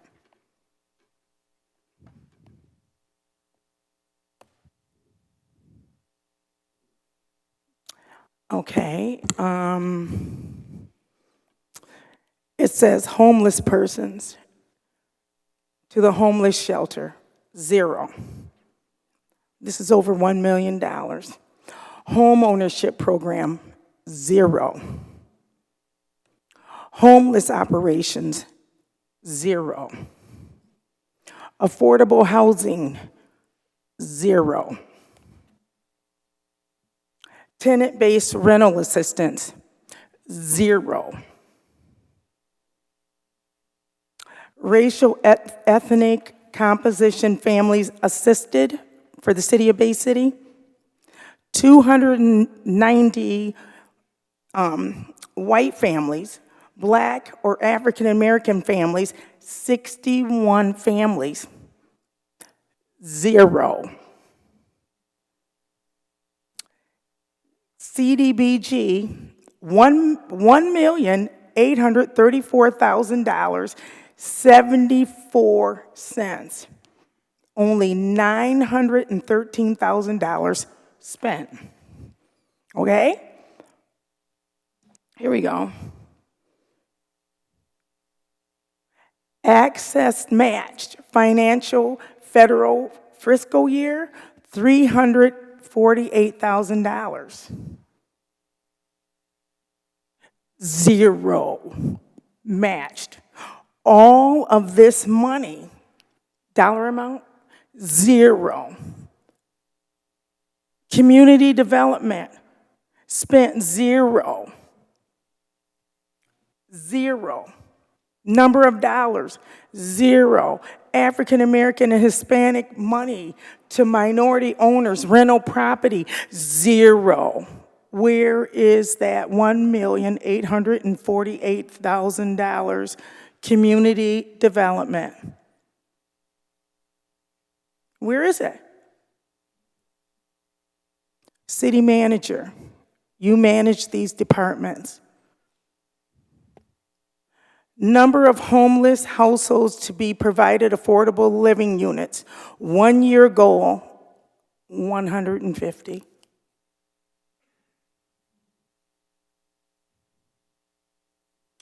Homeless and other special needs. It says right here, 2023 and 2024, through the state of Michigan, goal not met. We would like to know, city manager, you are the manager over the Department of the Community Development Department. Where is that money? And why haven't you managed the department, the Community Development Department? Where's the money? It's right here. It states it. So can I ask what you're reading from? I don't know what that is. What are you reading from? What article? Turn to our city webpage, and it is posted on our city webpage. And I asked her, and I asked you earlier, could she come up here to the podium and tell us why did she have that meeting on Veterans Day when I asked you why would she have a meeting on Veterans Day in room 306? Veterans Day from at 12 o'clock noon to 1 o'clock p.m. Nobody is going to come on Veterans Day to a meeting in room 306. Bring it to the commission, the public meeting. People want to hear what she's done. Not one person, it states it on our city tablet, one person showed up. Why? Because every year she has them in room 306. If she wanted this posted and people to see it and to talk to the people about this, she would have been here the next day on the 12th. November 12th, when I asked you to have her here at the podium to have the meeting for people to see it. The public deserves to see where that money is going to be spent. What was it going to be for her? The public deserved to hear it. On Veterans Day, she made the meeting from 12 p.m. to 1 p.m. Veterans Day, when everybody knows the government's closed on Veterans Day, 12 noon to 1 o'clock, people work. Low-income people work. Public meetings are like this. Do you see all those people out there? They would have been here. She could have came up to that podium and told everybody where that money is. What would hurt for the people to hear the truth? But no, she sits back there and hides.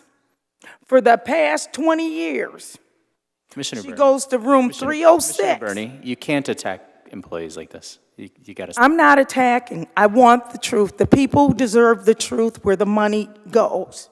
The money could have been spent to fix the firehouses. Over $1 million. That's public safety. The police department, them having a new police station, that's public safety. That's helping us people.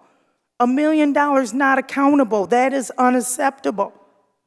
That's all I have to say. It's unacceptable. The people, the public need to know. Thank you. Anyone else?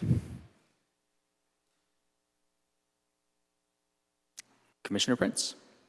I just wanted to quickly say thank you to my colleagues for welcoming me to this body. Additionally, to the city manager, I already have been receiving questions regarding Carroll Park and its playground equipment. Are there any plans to address that from city administration, and what are they? So we took the equipment out earlier than we thought we would because it was dangerous. We didn't want anybody to get hurt because it was a liability issue. So fast forward, have tried to get grants for that. And we were turned down for a grant, and we're going to continue to apply for grants for that. Is there a cost estimate on what new playground I equipment don't would be? know. I'm looking at our parks director. Is this something you want to get me later, and we can, $500,000? If we could, you know, put it in the parks budget, we might have to do it over a couple fiscal years to do that going forward, because I know that park gets used a lot. All set? Thank you. Anyone else? Commissioner Gerard? Thank you. I've had a couple questions about the homelessness issue and access to restrooms. Now, in several of our parks, we do have porta potties, porta johns, right, that there's accessible and they're cleaned out regularly. Is that correct? Yeah, I don't know if we keep them open all winter, though. You know, because everything gets winterized. Okay, so we don't keep them open all winter? And not in all the parks, no, we do not. Okay. There's just some concerns expressed to me about that, and since, you know, we did have that one encampment, and there's another encampment on city property, is that correct? That we know about? Are you speaking about the one on the west side? Yeah. Okay. So I just, I don't know, I'd like to see some action plans put together on how we address those issues. Just this potential liability for the city with that, and we just need to have some conversations. Thank you. Anyone else? Commissioner Morris? If possible, I'd like to see some action plans on what it would take to keep Station 5 open, just like what was supposed to be presented today, instead of all that was presented. Because I didn't see any action plans specifically for Station 5. I just saw some prices and the estimate of what it cost for me to remediate the building, but not anything else for Station 5. Commissioner, so you want us to take that out of the whole equation of looking at the entire picture for public safety infrastructure? So we'll just do that by itself without looking at the other needs? Just so we're clear on what we're getting you. I understand there are other needs, and there will always be other needs here. I understand that.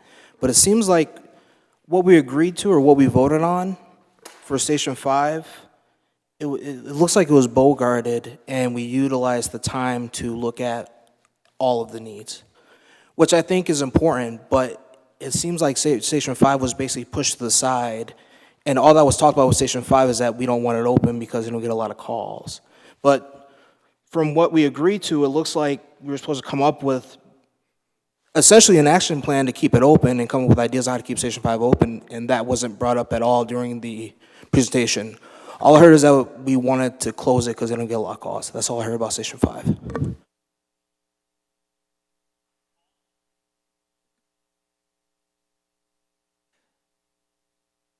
Thank you. Sorry about that. I was trying to find a date. Anyone else? Seeing none, I just wanted to wish everyone a happy Thanksgiving. It's Thursday. Be safe. I know Wednesday night is a big night around town. Just make sure you're being responsible and all that. And also, just a reminder on the lighting contest, make sure to get me those nominations in, and we'll get Mr. Prince, or Commissioner Prince, on the website so that people can start sending him things directly instead of by proxy. Thank you very much. Is what? Friday, where there's a tree lighting. I don't know. Oh, yes, City man- Friday, the tree lighting, yeah. Yes, there's a tree lighting Friday. The manager's going to talk on that more. Thank you. So this Friday is a big day. In Bay City, we have Santa arriving at 7 p.m. in Winona Park.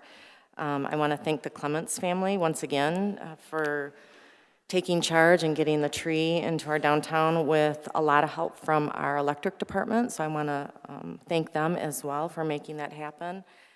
Our very own Mayor Dockett will be reading to the kids on stage again this year. I believe you did it last year too, didn't you? So, yes, he got his book tonight, so he's ready to read to the kids.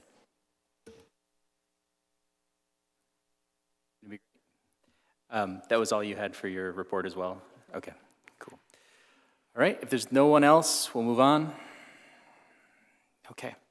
Next order of business calls for public input. Under the rules of the City Commission, each speaker will be allowed 5 minutes to speak, and Commissioner Clements will serve as timekeeper. This is the opportunity for citizens to address the commission regarding any item or any other matter. If anyone wishes to address the commission, please come forward, print your name and address on the registration sheet, and then state your name and address for the record.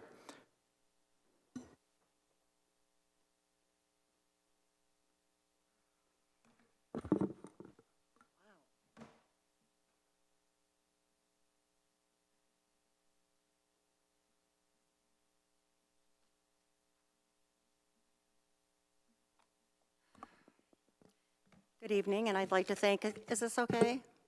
I would like to thank the people who put together the presentation and the time that you put into it. However, the resolution was to address Station 5 specifically, and instead we got bombarded with smoke and mirrors and a bunch of other information that didn't address anything about, not much about Station 5, but all the reasons why we cannot and should not, can't afford it, can't do it, to fix Station 5 and reopen it. We need to stop reinventing the wheel. The city needs to prioritize its needs, and public safety should be number one. As Commissioner Rivett stated, we need to have a long-term vision and a strategic approach. And I'm sorry, Commissioner Dockett, I know you don't like people applauding, but sometimes I feel passionate, and I had to do that tonight. You know, it was determined, as reported in the Bay City Times in January of 2014, that Station 5 is important to the west side, specifically the Banks area, and should remain open. This was the opinion of the public safety director, the fire chief, and the commissioner. I don't know why we're changing it now. It shouldn't matter that we have slow calls. There's a whole segment of the city that's being cut off due to railroad tracks, and no other first responders from the city can get through when those tracks are blocked. We have to rely on other townships, and the only township we can rely on is Bangor Township on Wheeler Road, who just passed a fire department millage. Our area is separated by railroad tracks and bridges that slows and/or prevents first responders from getting to the area. And we pay taxes to the city of Bay City, not Bangor Township, not other townships. We shouldn't have to rely on other townships. Decisions such as this should not be solely based on budget, number of calls. It should be the number one priority, and funding set aside for maintenance and staffing. Grants and other sources, such as maybe a millage and grants, could be explored and applied for to help with funding to ensure adequate staffing levels and upkeep and maintenance of buildings and equipment. I talked to Gary Peters' office about this one. The Assistance to Firefighters grant is open and available right now with a deadline of December 20th. And according to the information on his website, it is to provide funding to retrofit or modified facilities to protect personnel from known health hazards. This grant would allow for the roof replacement of Station 5 and the resulting mold removal, ensuring a safe environment for firefighters, staff, and others, and it would also take care of the poor construction that was mentioned in the presentation. There's also the staffing for adequate fire and emergency response grant from FEMA, and I know that Mr. Caleb Rowell said something about strings attached, and I understand that, but I think we should still look at that, because up to 3 years we might have a millage, in 3 years be able to afford maybe a full-time fire department again. But under the SAFER Act, through FEMA, a Lynchburg, Virginia fire department was awarded $4.4 million to build a new fire station and also hire 21 new staff to man the station. There's a bill right now that was introduced, and it's called the Fire Station Construction Act. It's been referred to the Homeland Security. It looks promising, and if passed, would allow recipients to build, rebuild, renovate fire and EMS department facilities, upgrade existing facilities to install exhaust emission control systems, install backup power and construct or modify living quarters for personnel, and upgrade fire and EMS stations or build new stations. Going to the public safety officer format rather than having a full-time fire department was supposed to save money and keep our fire stations open.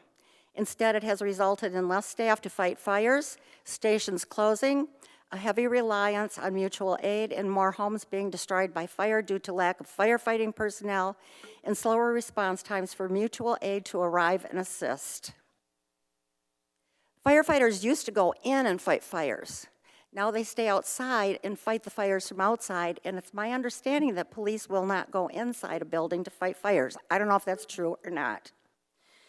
So I'm asking the commission to please look at Commissioner Morris's resolution and address the resolution specifically and not necessarily pay attention to all the smoke and mirrors that we heard tonight. Thank you.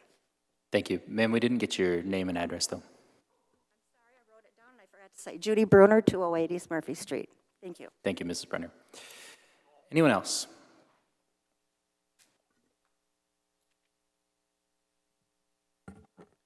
Alex, we're at 329 South Erie. I'm going to work on the item I pulled off first. And while I am a major supporter of renewable energy projects, I noticed that the cost increase per megawatt hour for the HART project is now increased by 50% per the resolution that is in front of you today. I'm wondering if there was any sort of ask or talking to other municipalities about fighting back on that, because a 50% increase is essentially being sold a bad project. And the consequences of that will affect the utility payers in Bay City when the project is completed.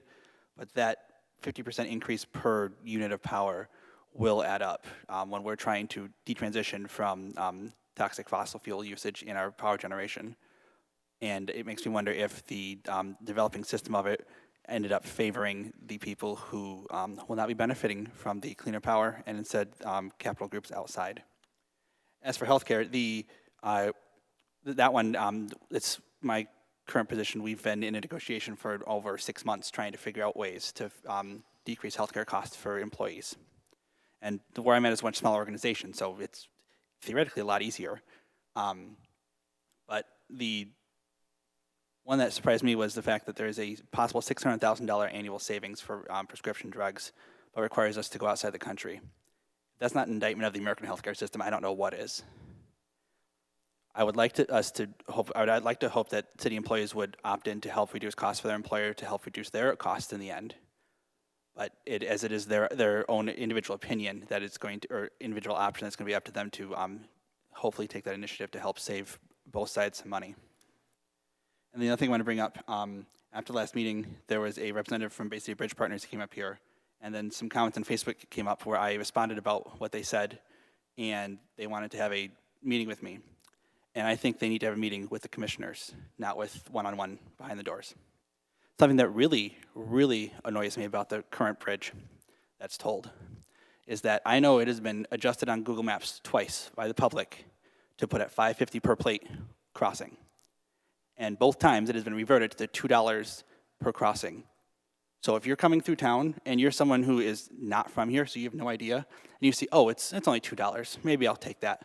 Then you get the bill for $5.50 a crossing. You're going to have such a terrible reputation of the city that you won't want to come back. And the fact that they are allowed to adjust those when it is very public knowledge what is it supposed to be is very frustrating, and it's something that I think needs to be taken care of. This board needs to have them come in and answer questions like that. Thank you. Thank you. Are there any others?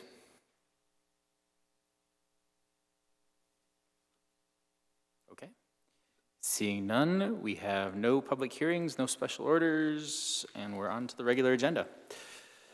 Will the clerk please read the next item of business?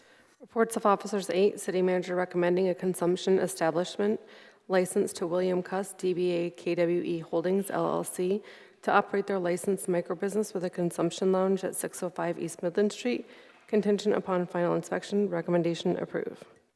Thank you. Is there a motion? Commissioner Clements? Move to approve. Thank you. Is there a second? Commissioner Runberg? Second. Thank you. Is there any discussion? Commissioner Gerard? I did get a call on this from a neighboring business. On the requirements of this, there's concerns of the odor as a consumption lounge. Can somebody talk to that or speak to that, ventilation required or what? I'm sorry, I didn't hear. They're concerned about what? About the odor, if you will, is it because it's a consumption lounge as opposed to just a sales lounge, and what requirements there are to make sure that there's proper ventilation and... So they have to have, obviously, they would have to get inspected, and that's in here as well, their inspections and what the requirements are. It's attached from the department itself.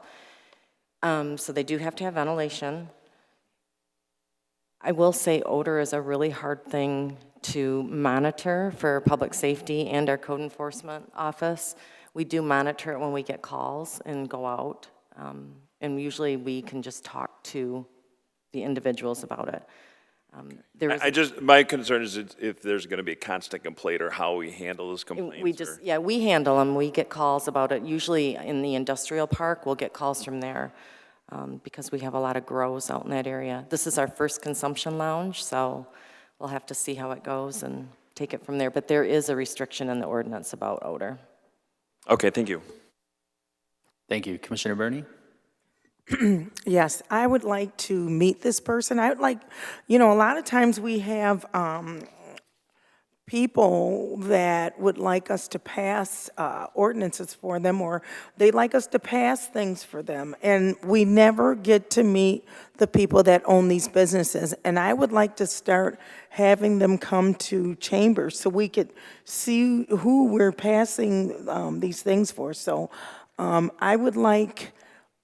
for the people that own businesses, I would like to see them come to the chambers and talk to us and let us know who they are and what they're doing in our city and what they would like from us as a city.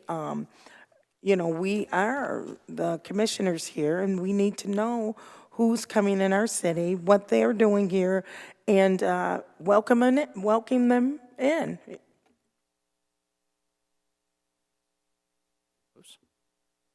Anyone else? Seeing none, will the clerk please call the roll? Commissioner Burney? No. Brunner? Yes. Gerard? Yes. Rumberg? Yes. Clements? Yes. Morris? Yes. Prince? Yes. Rivet? No. 6 yes, 2 no. Motion is adopted. Will the clerk please call the next item of business? Communication 11, action plan for system improvements for the 26th Street substation, November update, recommendation to receive. Is there a motion? Commissioner Clements? Move to receive. Thank you. Is there a second? Commissioner Gerard? Second. Thank you. Is there any discussion? Seeing none, will the clerk please call the roll? Commissioner Brunner? Yes. Gerard? Yes. Rumberg? Yes. Clements? Yes. Morris? Yes. Prince? Yes. Rivet? Yes. Burney? Yes. 8 yes. Motion is approved. Will the clerk please read the next item? Resolution 12, mayoral appointment of Dennis Benajak and Whitney Anderson to the Planning Commission, terms to expire October 21st, 2027. Recommendation approve. Thank you. Is there a motion? Commissioner Gerard? Move to approve. Thank you. Is there a second? Commissioner Runberg? Second. Thank you. Is there any discussion? Commissioner Burney? First of all, where it says mayoral appointment of Dennis Benanzak and Whitney Anderson to the Planning Commission, the mayor is not supposed to appoint anyone. I'm looking at the charter right here, and it says Planning Commission. The commission shall appoint a planning commission and shall establish the number of members, qualifying terms, rate of compensation, powers, and duties by ordinance. Section 617, Planning Commission. Then it goes down right here. Section 6.9, Boards and Commissions, Councils and Committees, Appointments. The commission shall appoint members to the boards, commission, councils, committees as created or approved by the commission pursuant to applicable law. The commission shall utilize a non-discriminatory method of selecting the best qualified applicants. So if you'll probably try to get technical, Commissioner Docket or Mayor Commissioner Docket, but in your writing, it says mayor appointment. And so with that being said, we can just send it back or however you want to do it, but it says that you cannot appoint anyone. And this says mayor appointment of Dennis Bonanzac. So the resolution needs to go back and be rewritten or however you want to do it, but it cannot be done in this manner. So this is a mayoral recommendation. There were 2 positions that were open, and there were 2 applicants for those 2 positions. I will defer to the clerk on the interpretation of the charter on that front, but I believe this is still in order. It does not say in order. It does not say I believe. Your writing here needs to be taken back and it needs to be rewritten. There is no I believe, there is no roundabout. The charter reads what the charter reads. It is law. So it needs to be rewritten. Just like everyone else's, just like my stuff, it needs to be followed the law by charter rule. So there's a number of boards that the mayor makes a recommendation for, not just the, hang on, I'm getting to that point. The city commission does appoint because they would have to approve or not approve the recommendation coming from the mayor. There are some boards that are just recommended by the commission. Exactly. He said appoint. Yep, so he's recommending appointment for the city commission to approve. But he might have, but he, in writing here, he needs to correct it. And at this time, he cannot correct it yet. So that means the law in the charter says, do you want me to read it again? No. He has to follow the rules like everyone else.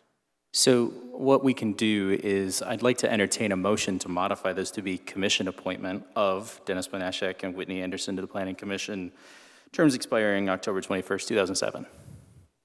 Would somebody make that motion, Commissioner Clements? We have a motion on the floor, so I would actually have to entertain that. So I make that motion to make that change. Sure.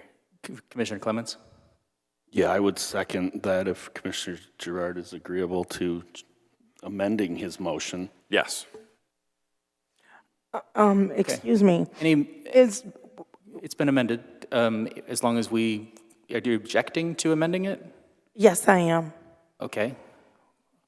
I would like to say, isn't he on another board also? Because he is. Point of order, we have to, if you're objecting, that we have to vote on the objection, and then there's discussion. We can discuss the objection. Point of order. I'm talking. Point of order. Wait, okay. Great, hold on. So we can have discussion on the objection, that is fine. People are allowed to serve on multiple boards, that's very clear. It's just this board, you can't be on this board and the Planning Commission. But you can be on the Planning Commission and the HDC or the Planning Commission and the DDA or something like that. So that's allowed. Commissioner Rivett? What do we meet next week? Let's just refer back to staff. Change it so it's a commission appointment. Change the way we do business here and move on. I move we refer back to staff and fix it and deal with it next time. So have to vote down the amendment, make your amendment, or make your recommendation, refer back to staff, So we have to vote first on the amendment. Does anyone want to speak on the amendment before we move on to Commissioner Rivet's referral? Commissioner Clements. And Commissioner Gerard withdraw his motion to amend? He could. And just refer back to staff. I mean, that's fine. It's going to be the same thing. So, I mean. That's fine. Okay. That's Okay. One question, is there a planning commission meeting next week where they need to have a quorum? And just do it next week. That's fine. So Commissioner Rivet, do you want to make the motion to refer to staff? Just refer back, clean it up. Thank you. Motion. Thank you. Is there any objection? Oh, we need a second. Is there a second? Commissioner Clements. Second. Thank you. Is there any objection? It's been referred to staff. Will the clerk please read the next item? Resolution 13, Commission as a whole resolution opting out of PA 152 and share the annual health insurance premium increase with city employees for 2025 in the estimated amount of $652,845.96, split between fiscal year 25 and fiscal year 26. Recommendation approve. Thank you. Commissioner Clements? Move to approve. Thank you. Is there a second? Commissioner Brunner? Second. Thank you. Is there any discussion? Commissioner Rivet? Thank you, Mr. Mayor. I took this off the agenda not because of the proposal per se, but how we do business here in the city. We did an extraordinarily substantial fiscal decision tonight. We had a presentation, and then the item was on the consent agenda 15 minutes later. You know, some of us, this commission, should have more opportunities to actually get involved in the administration of the city. Now, I don't know if rebating money back to employees, if we have a fiscal surplus, is legal, but if we would have had this conversation 6 weeks ago when you began it with the unions, with this body as well, we potentially could have done something more for our people. But what happens is, work gets done, it's given to us with a, in a presentation, and there's not even a discussion point. It's on the consent agenda.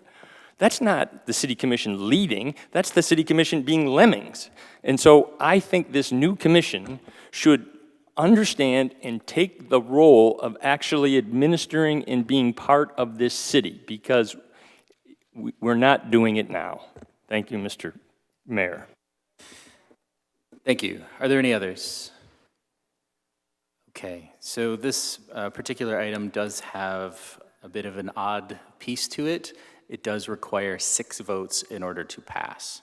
So it does require a supermajority. 5 votes does not pass this. Is there any other discussion after that? Okay, seeing none, will the clerk please call the roll? Commissioner Rumberg. Yes. Clements. Yes. Morris. Yes. Prince. Yes. Rivet. Yes. Bernie. Yes. Brunner. Yes. Gerard. Yes. 8 yes. Motion is approved, and with more than 6, will the clerk please read the next and final item on tonight's agenda? Resolution 14, Commission as a whole resolution authorizing the second amended and restated purchase power commitment with Michigan Public Power Agency for the Hart Solar Renewable Capacity and Energy Project. Recommendation approve. Thank you. Is there a motion? Commissioner Brunner? Move to approve. Thank you. Is there any discussion? I'm sorry, we need a second. Is there a second? Commissioner Runberg? Second. Is there any discussion now? Commissioner Gerard? We did have a speaker, had some questions how things are negotiated. I don't know if we can get an answer for that. Yeah, if we can have Adam come up, he can talk about the market rates and how we need to lock in prices at certain times to protect ourselves. Yeah, so with any purchase power agreement that we enter into, us as well as several other municipally owned electric utilities in the state of Michigan go through an organization called MPPA. They're kind of our broker. They watch the rates that are out there. They also go out and they make sure that projects are viable. This particular project, when we initially started it, was pre-COVID, and the initial developer ran into several issues with staffing and the ability to obtain the solar panels at a reasonable price when COVID subsided.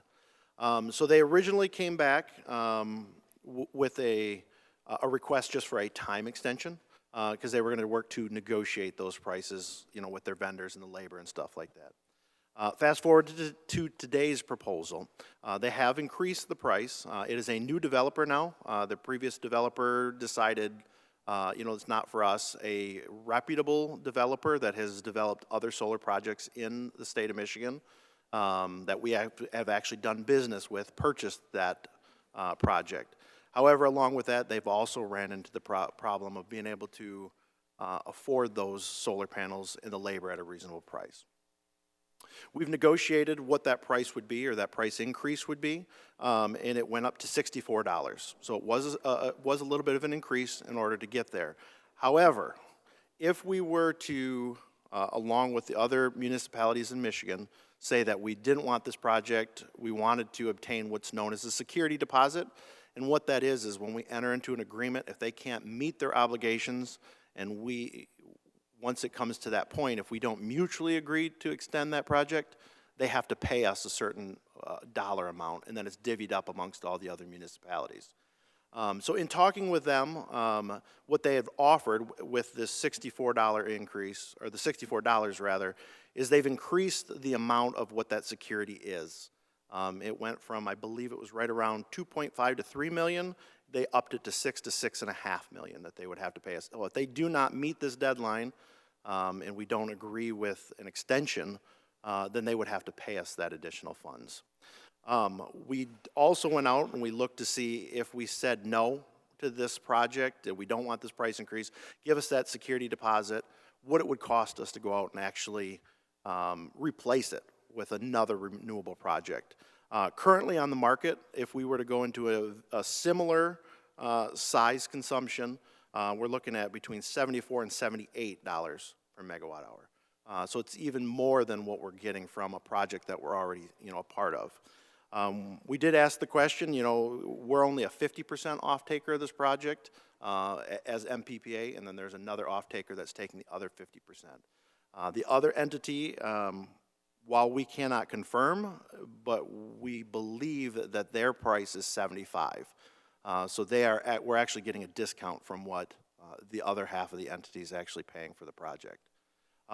With that being said, we have certain mandates that we have to have certain renewables by the state. There was state legislation that was recently passed, and we only suspect that renewable energy, as those deadlines start to get closer and closer, are going to skyrocket in cost.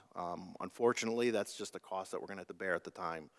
So we've been doing our due diligence and trying to get as many renewable projects as we can at affordable pricing now before all the utilities in Michigan, co-ops, investor-owns, and everybody are trying to fund and find property for renewable projects. Okay, thank you very much. Thank you. Are there any others? Commissioner Prince? This locks in the price, was it $64 per megawatt hour for the next 20 years from this project, correct? That is correct, yeah. It's locked in solid price for 20 years. So you won't be coming back to us to have us approve an increase or anything like that, most likely? The only thing that would potentially happen is again, this is a second amendment to it. We, as well as the actual developer, have a strong feeling that this will likely succeed with this new round with a new developer. The only way that we could potentially come back is if, again, they can't meet their deadlines, and we, at that point, opt not to take their security deposit, and their pricing or their adjusted price would be doable for us, in cost. What they could do, is once they've completed the project and it's built, then the price is locked in. There's nothing that would change. It's basically what they call a COD, or commercial operation date. Once that date is met, then that price is locked in from that point forward. And what is the percentage of our portfolio in this project for energy? So on this particular project, again, we take the MPPA as a whole is 50% of the project. Our portion is, I believe, 3.75 or 4, right in that ballpark. Thank you. Thank you. Are there any others?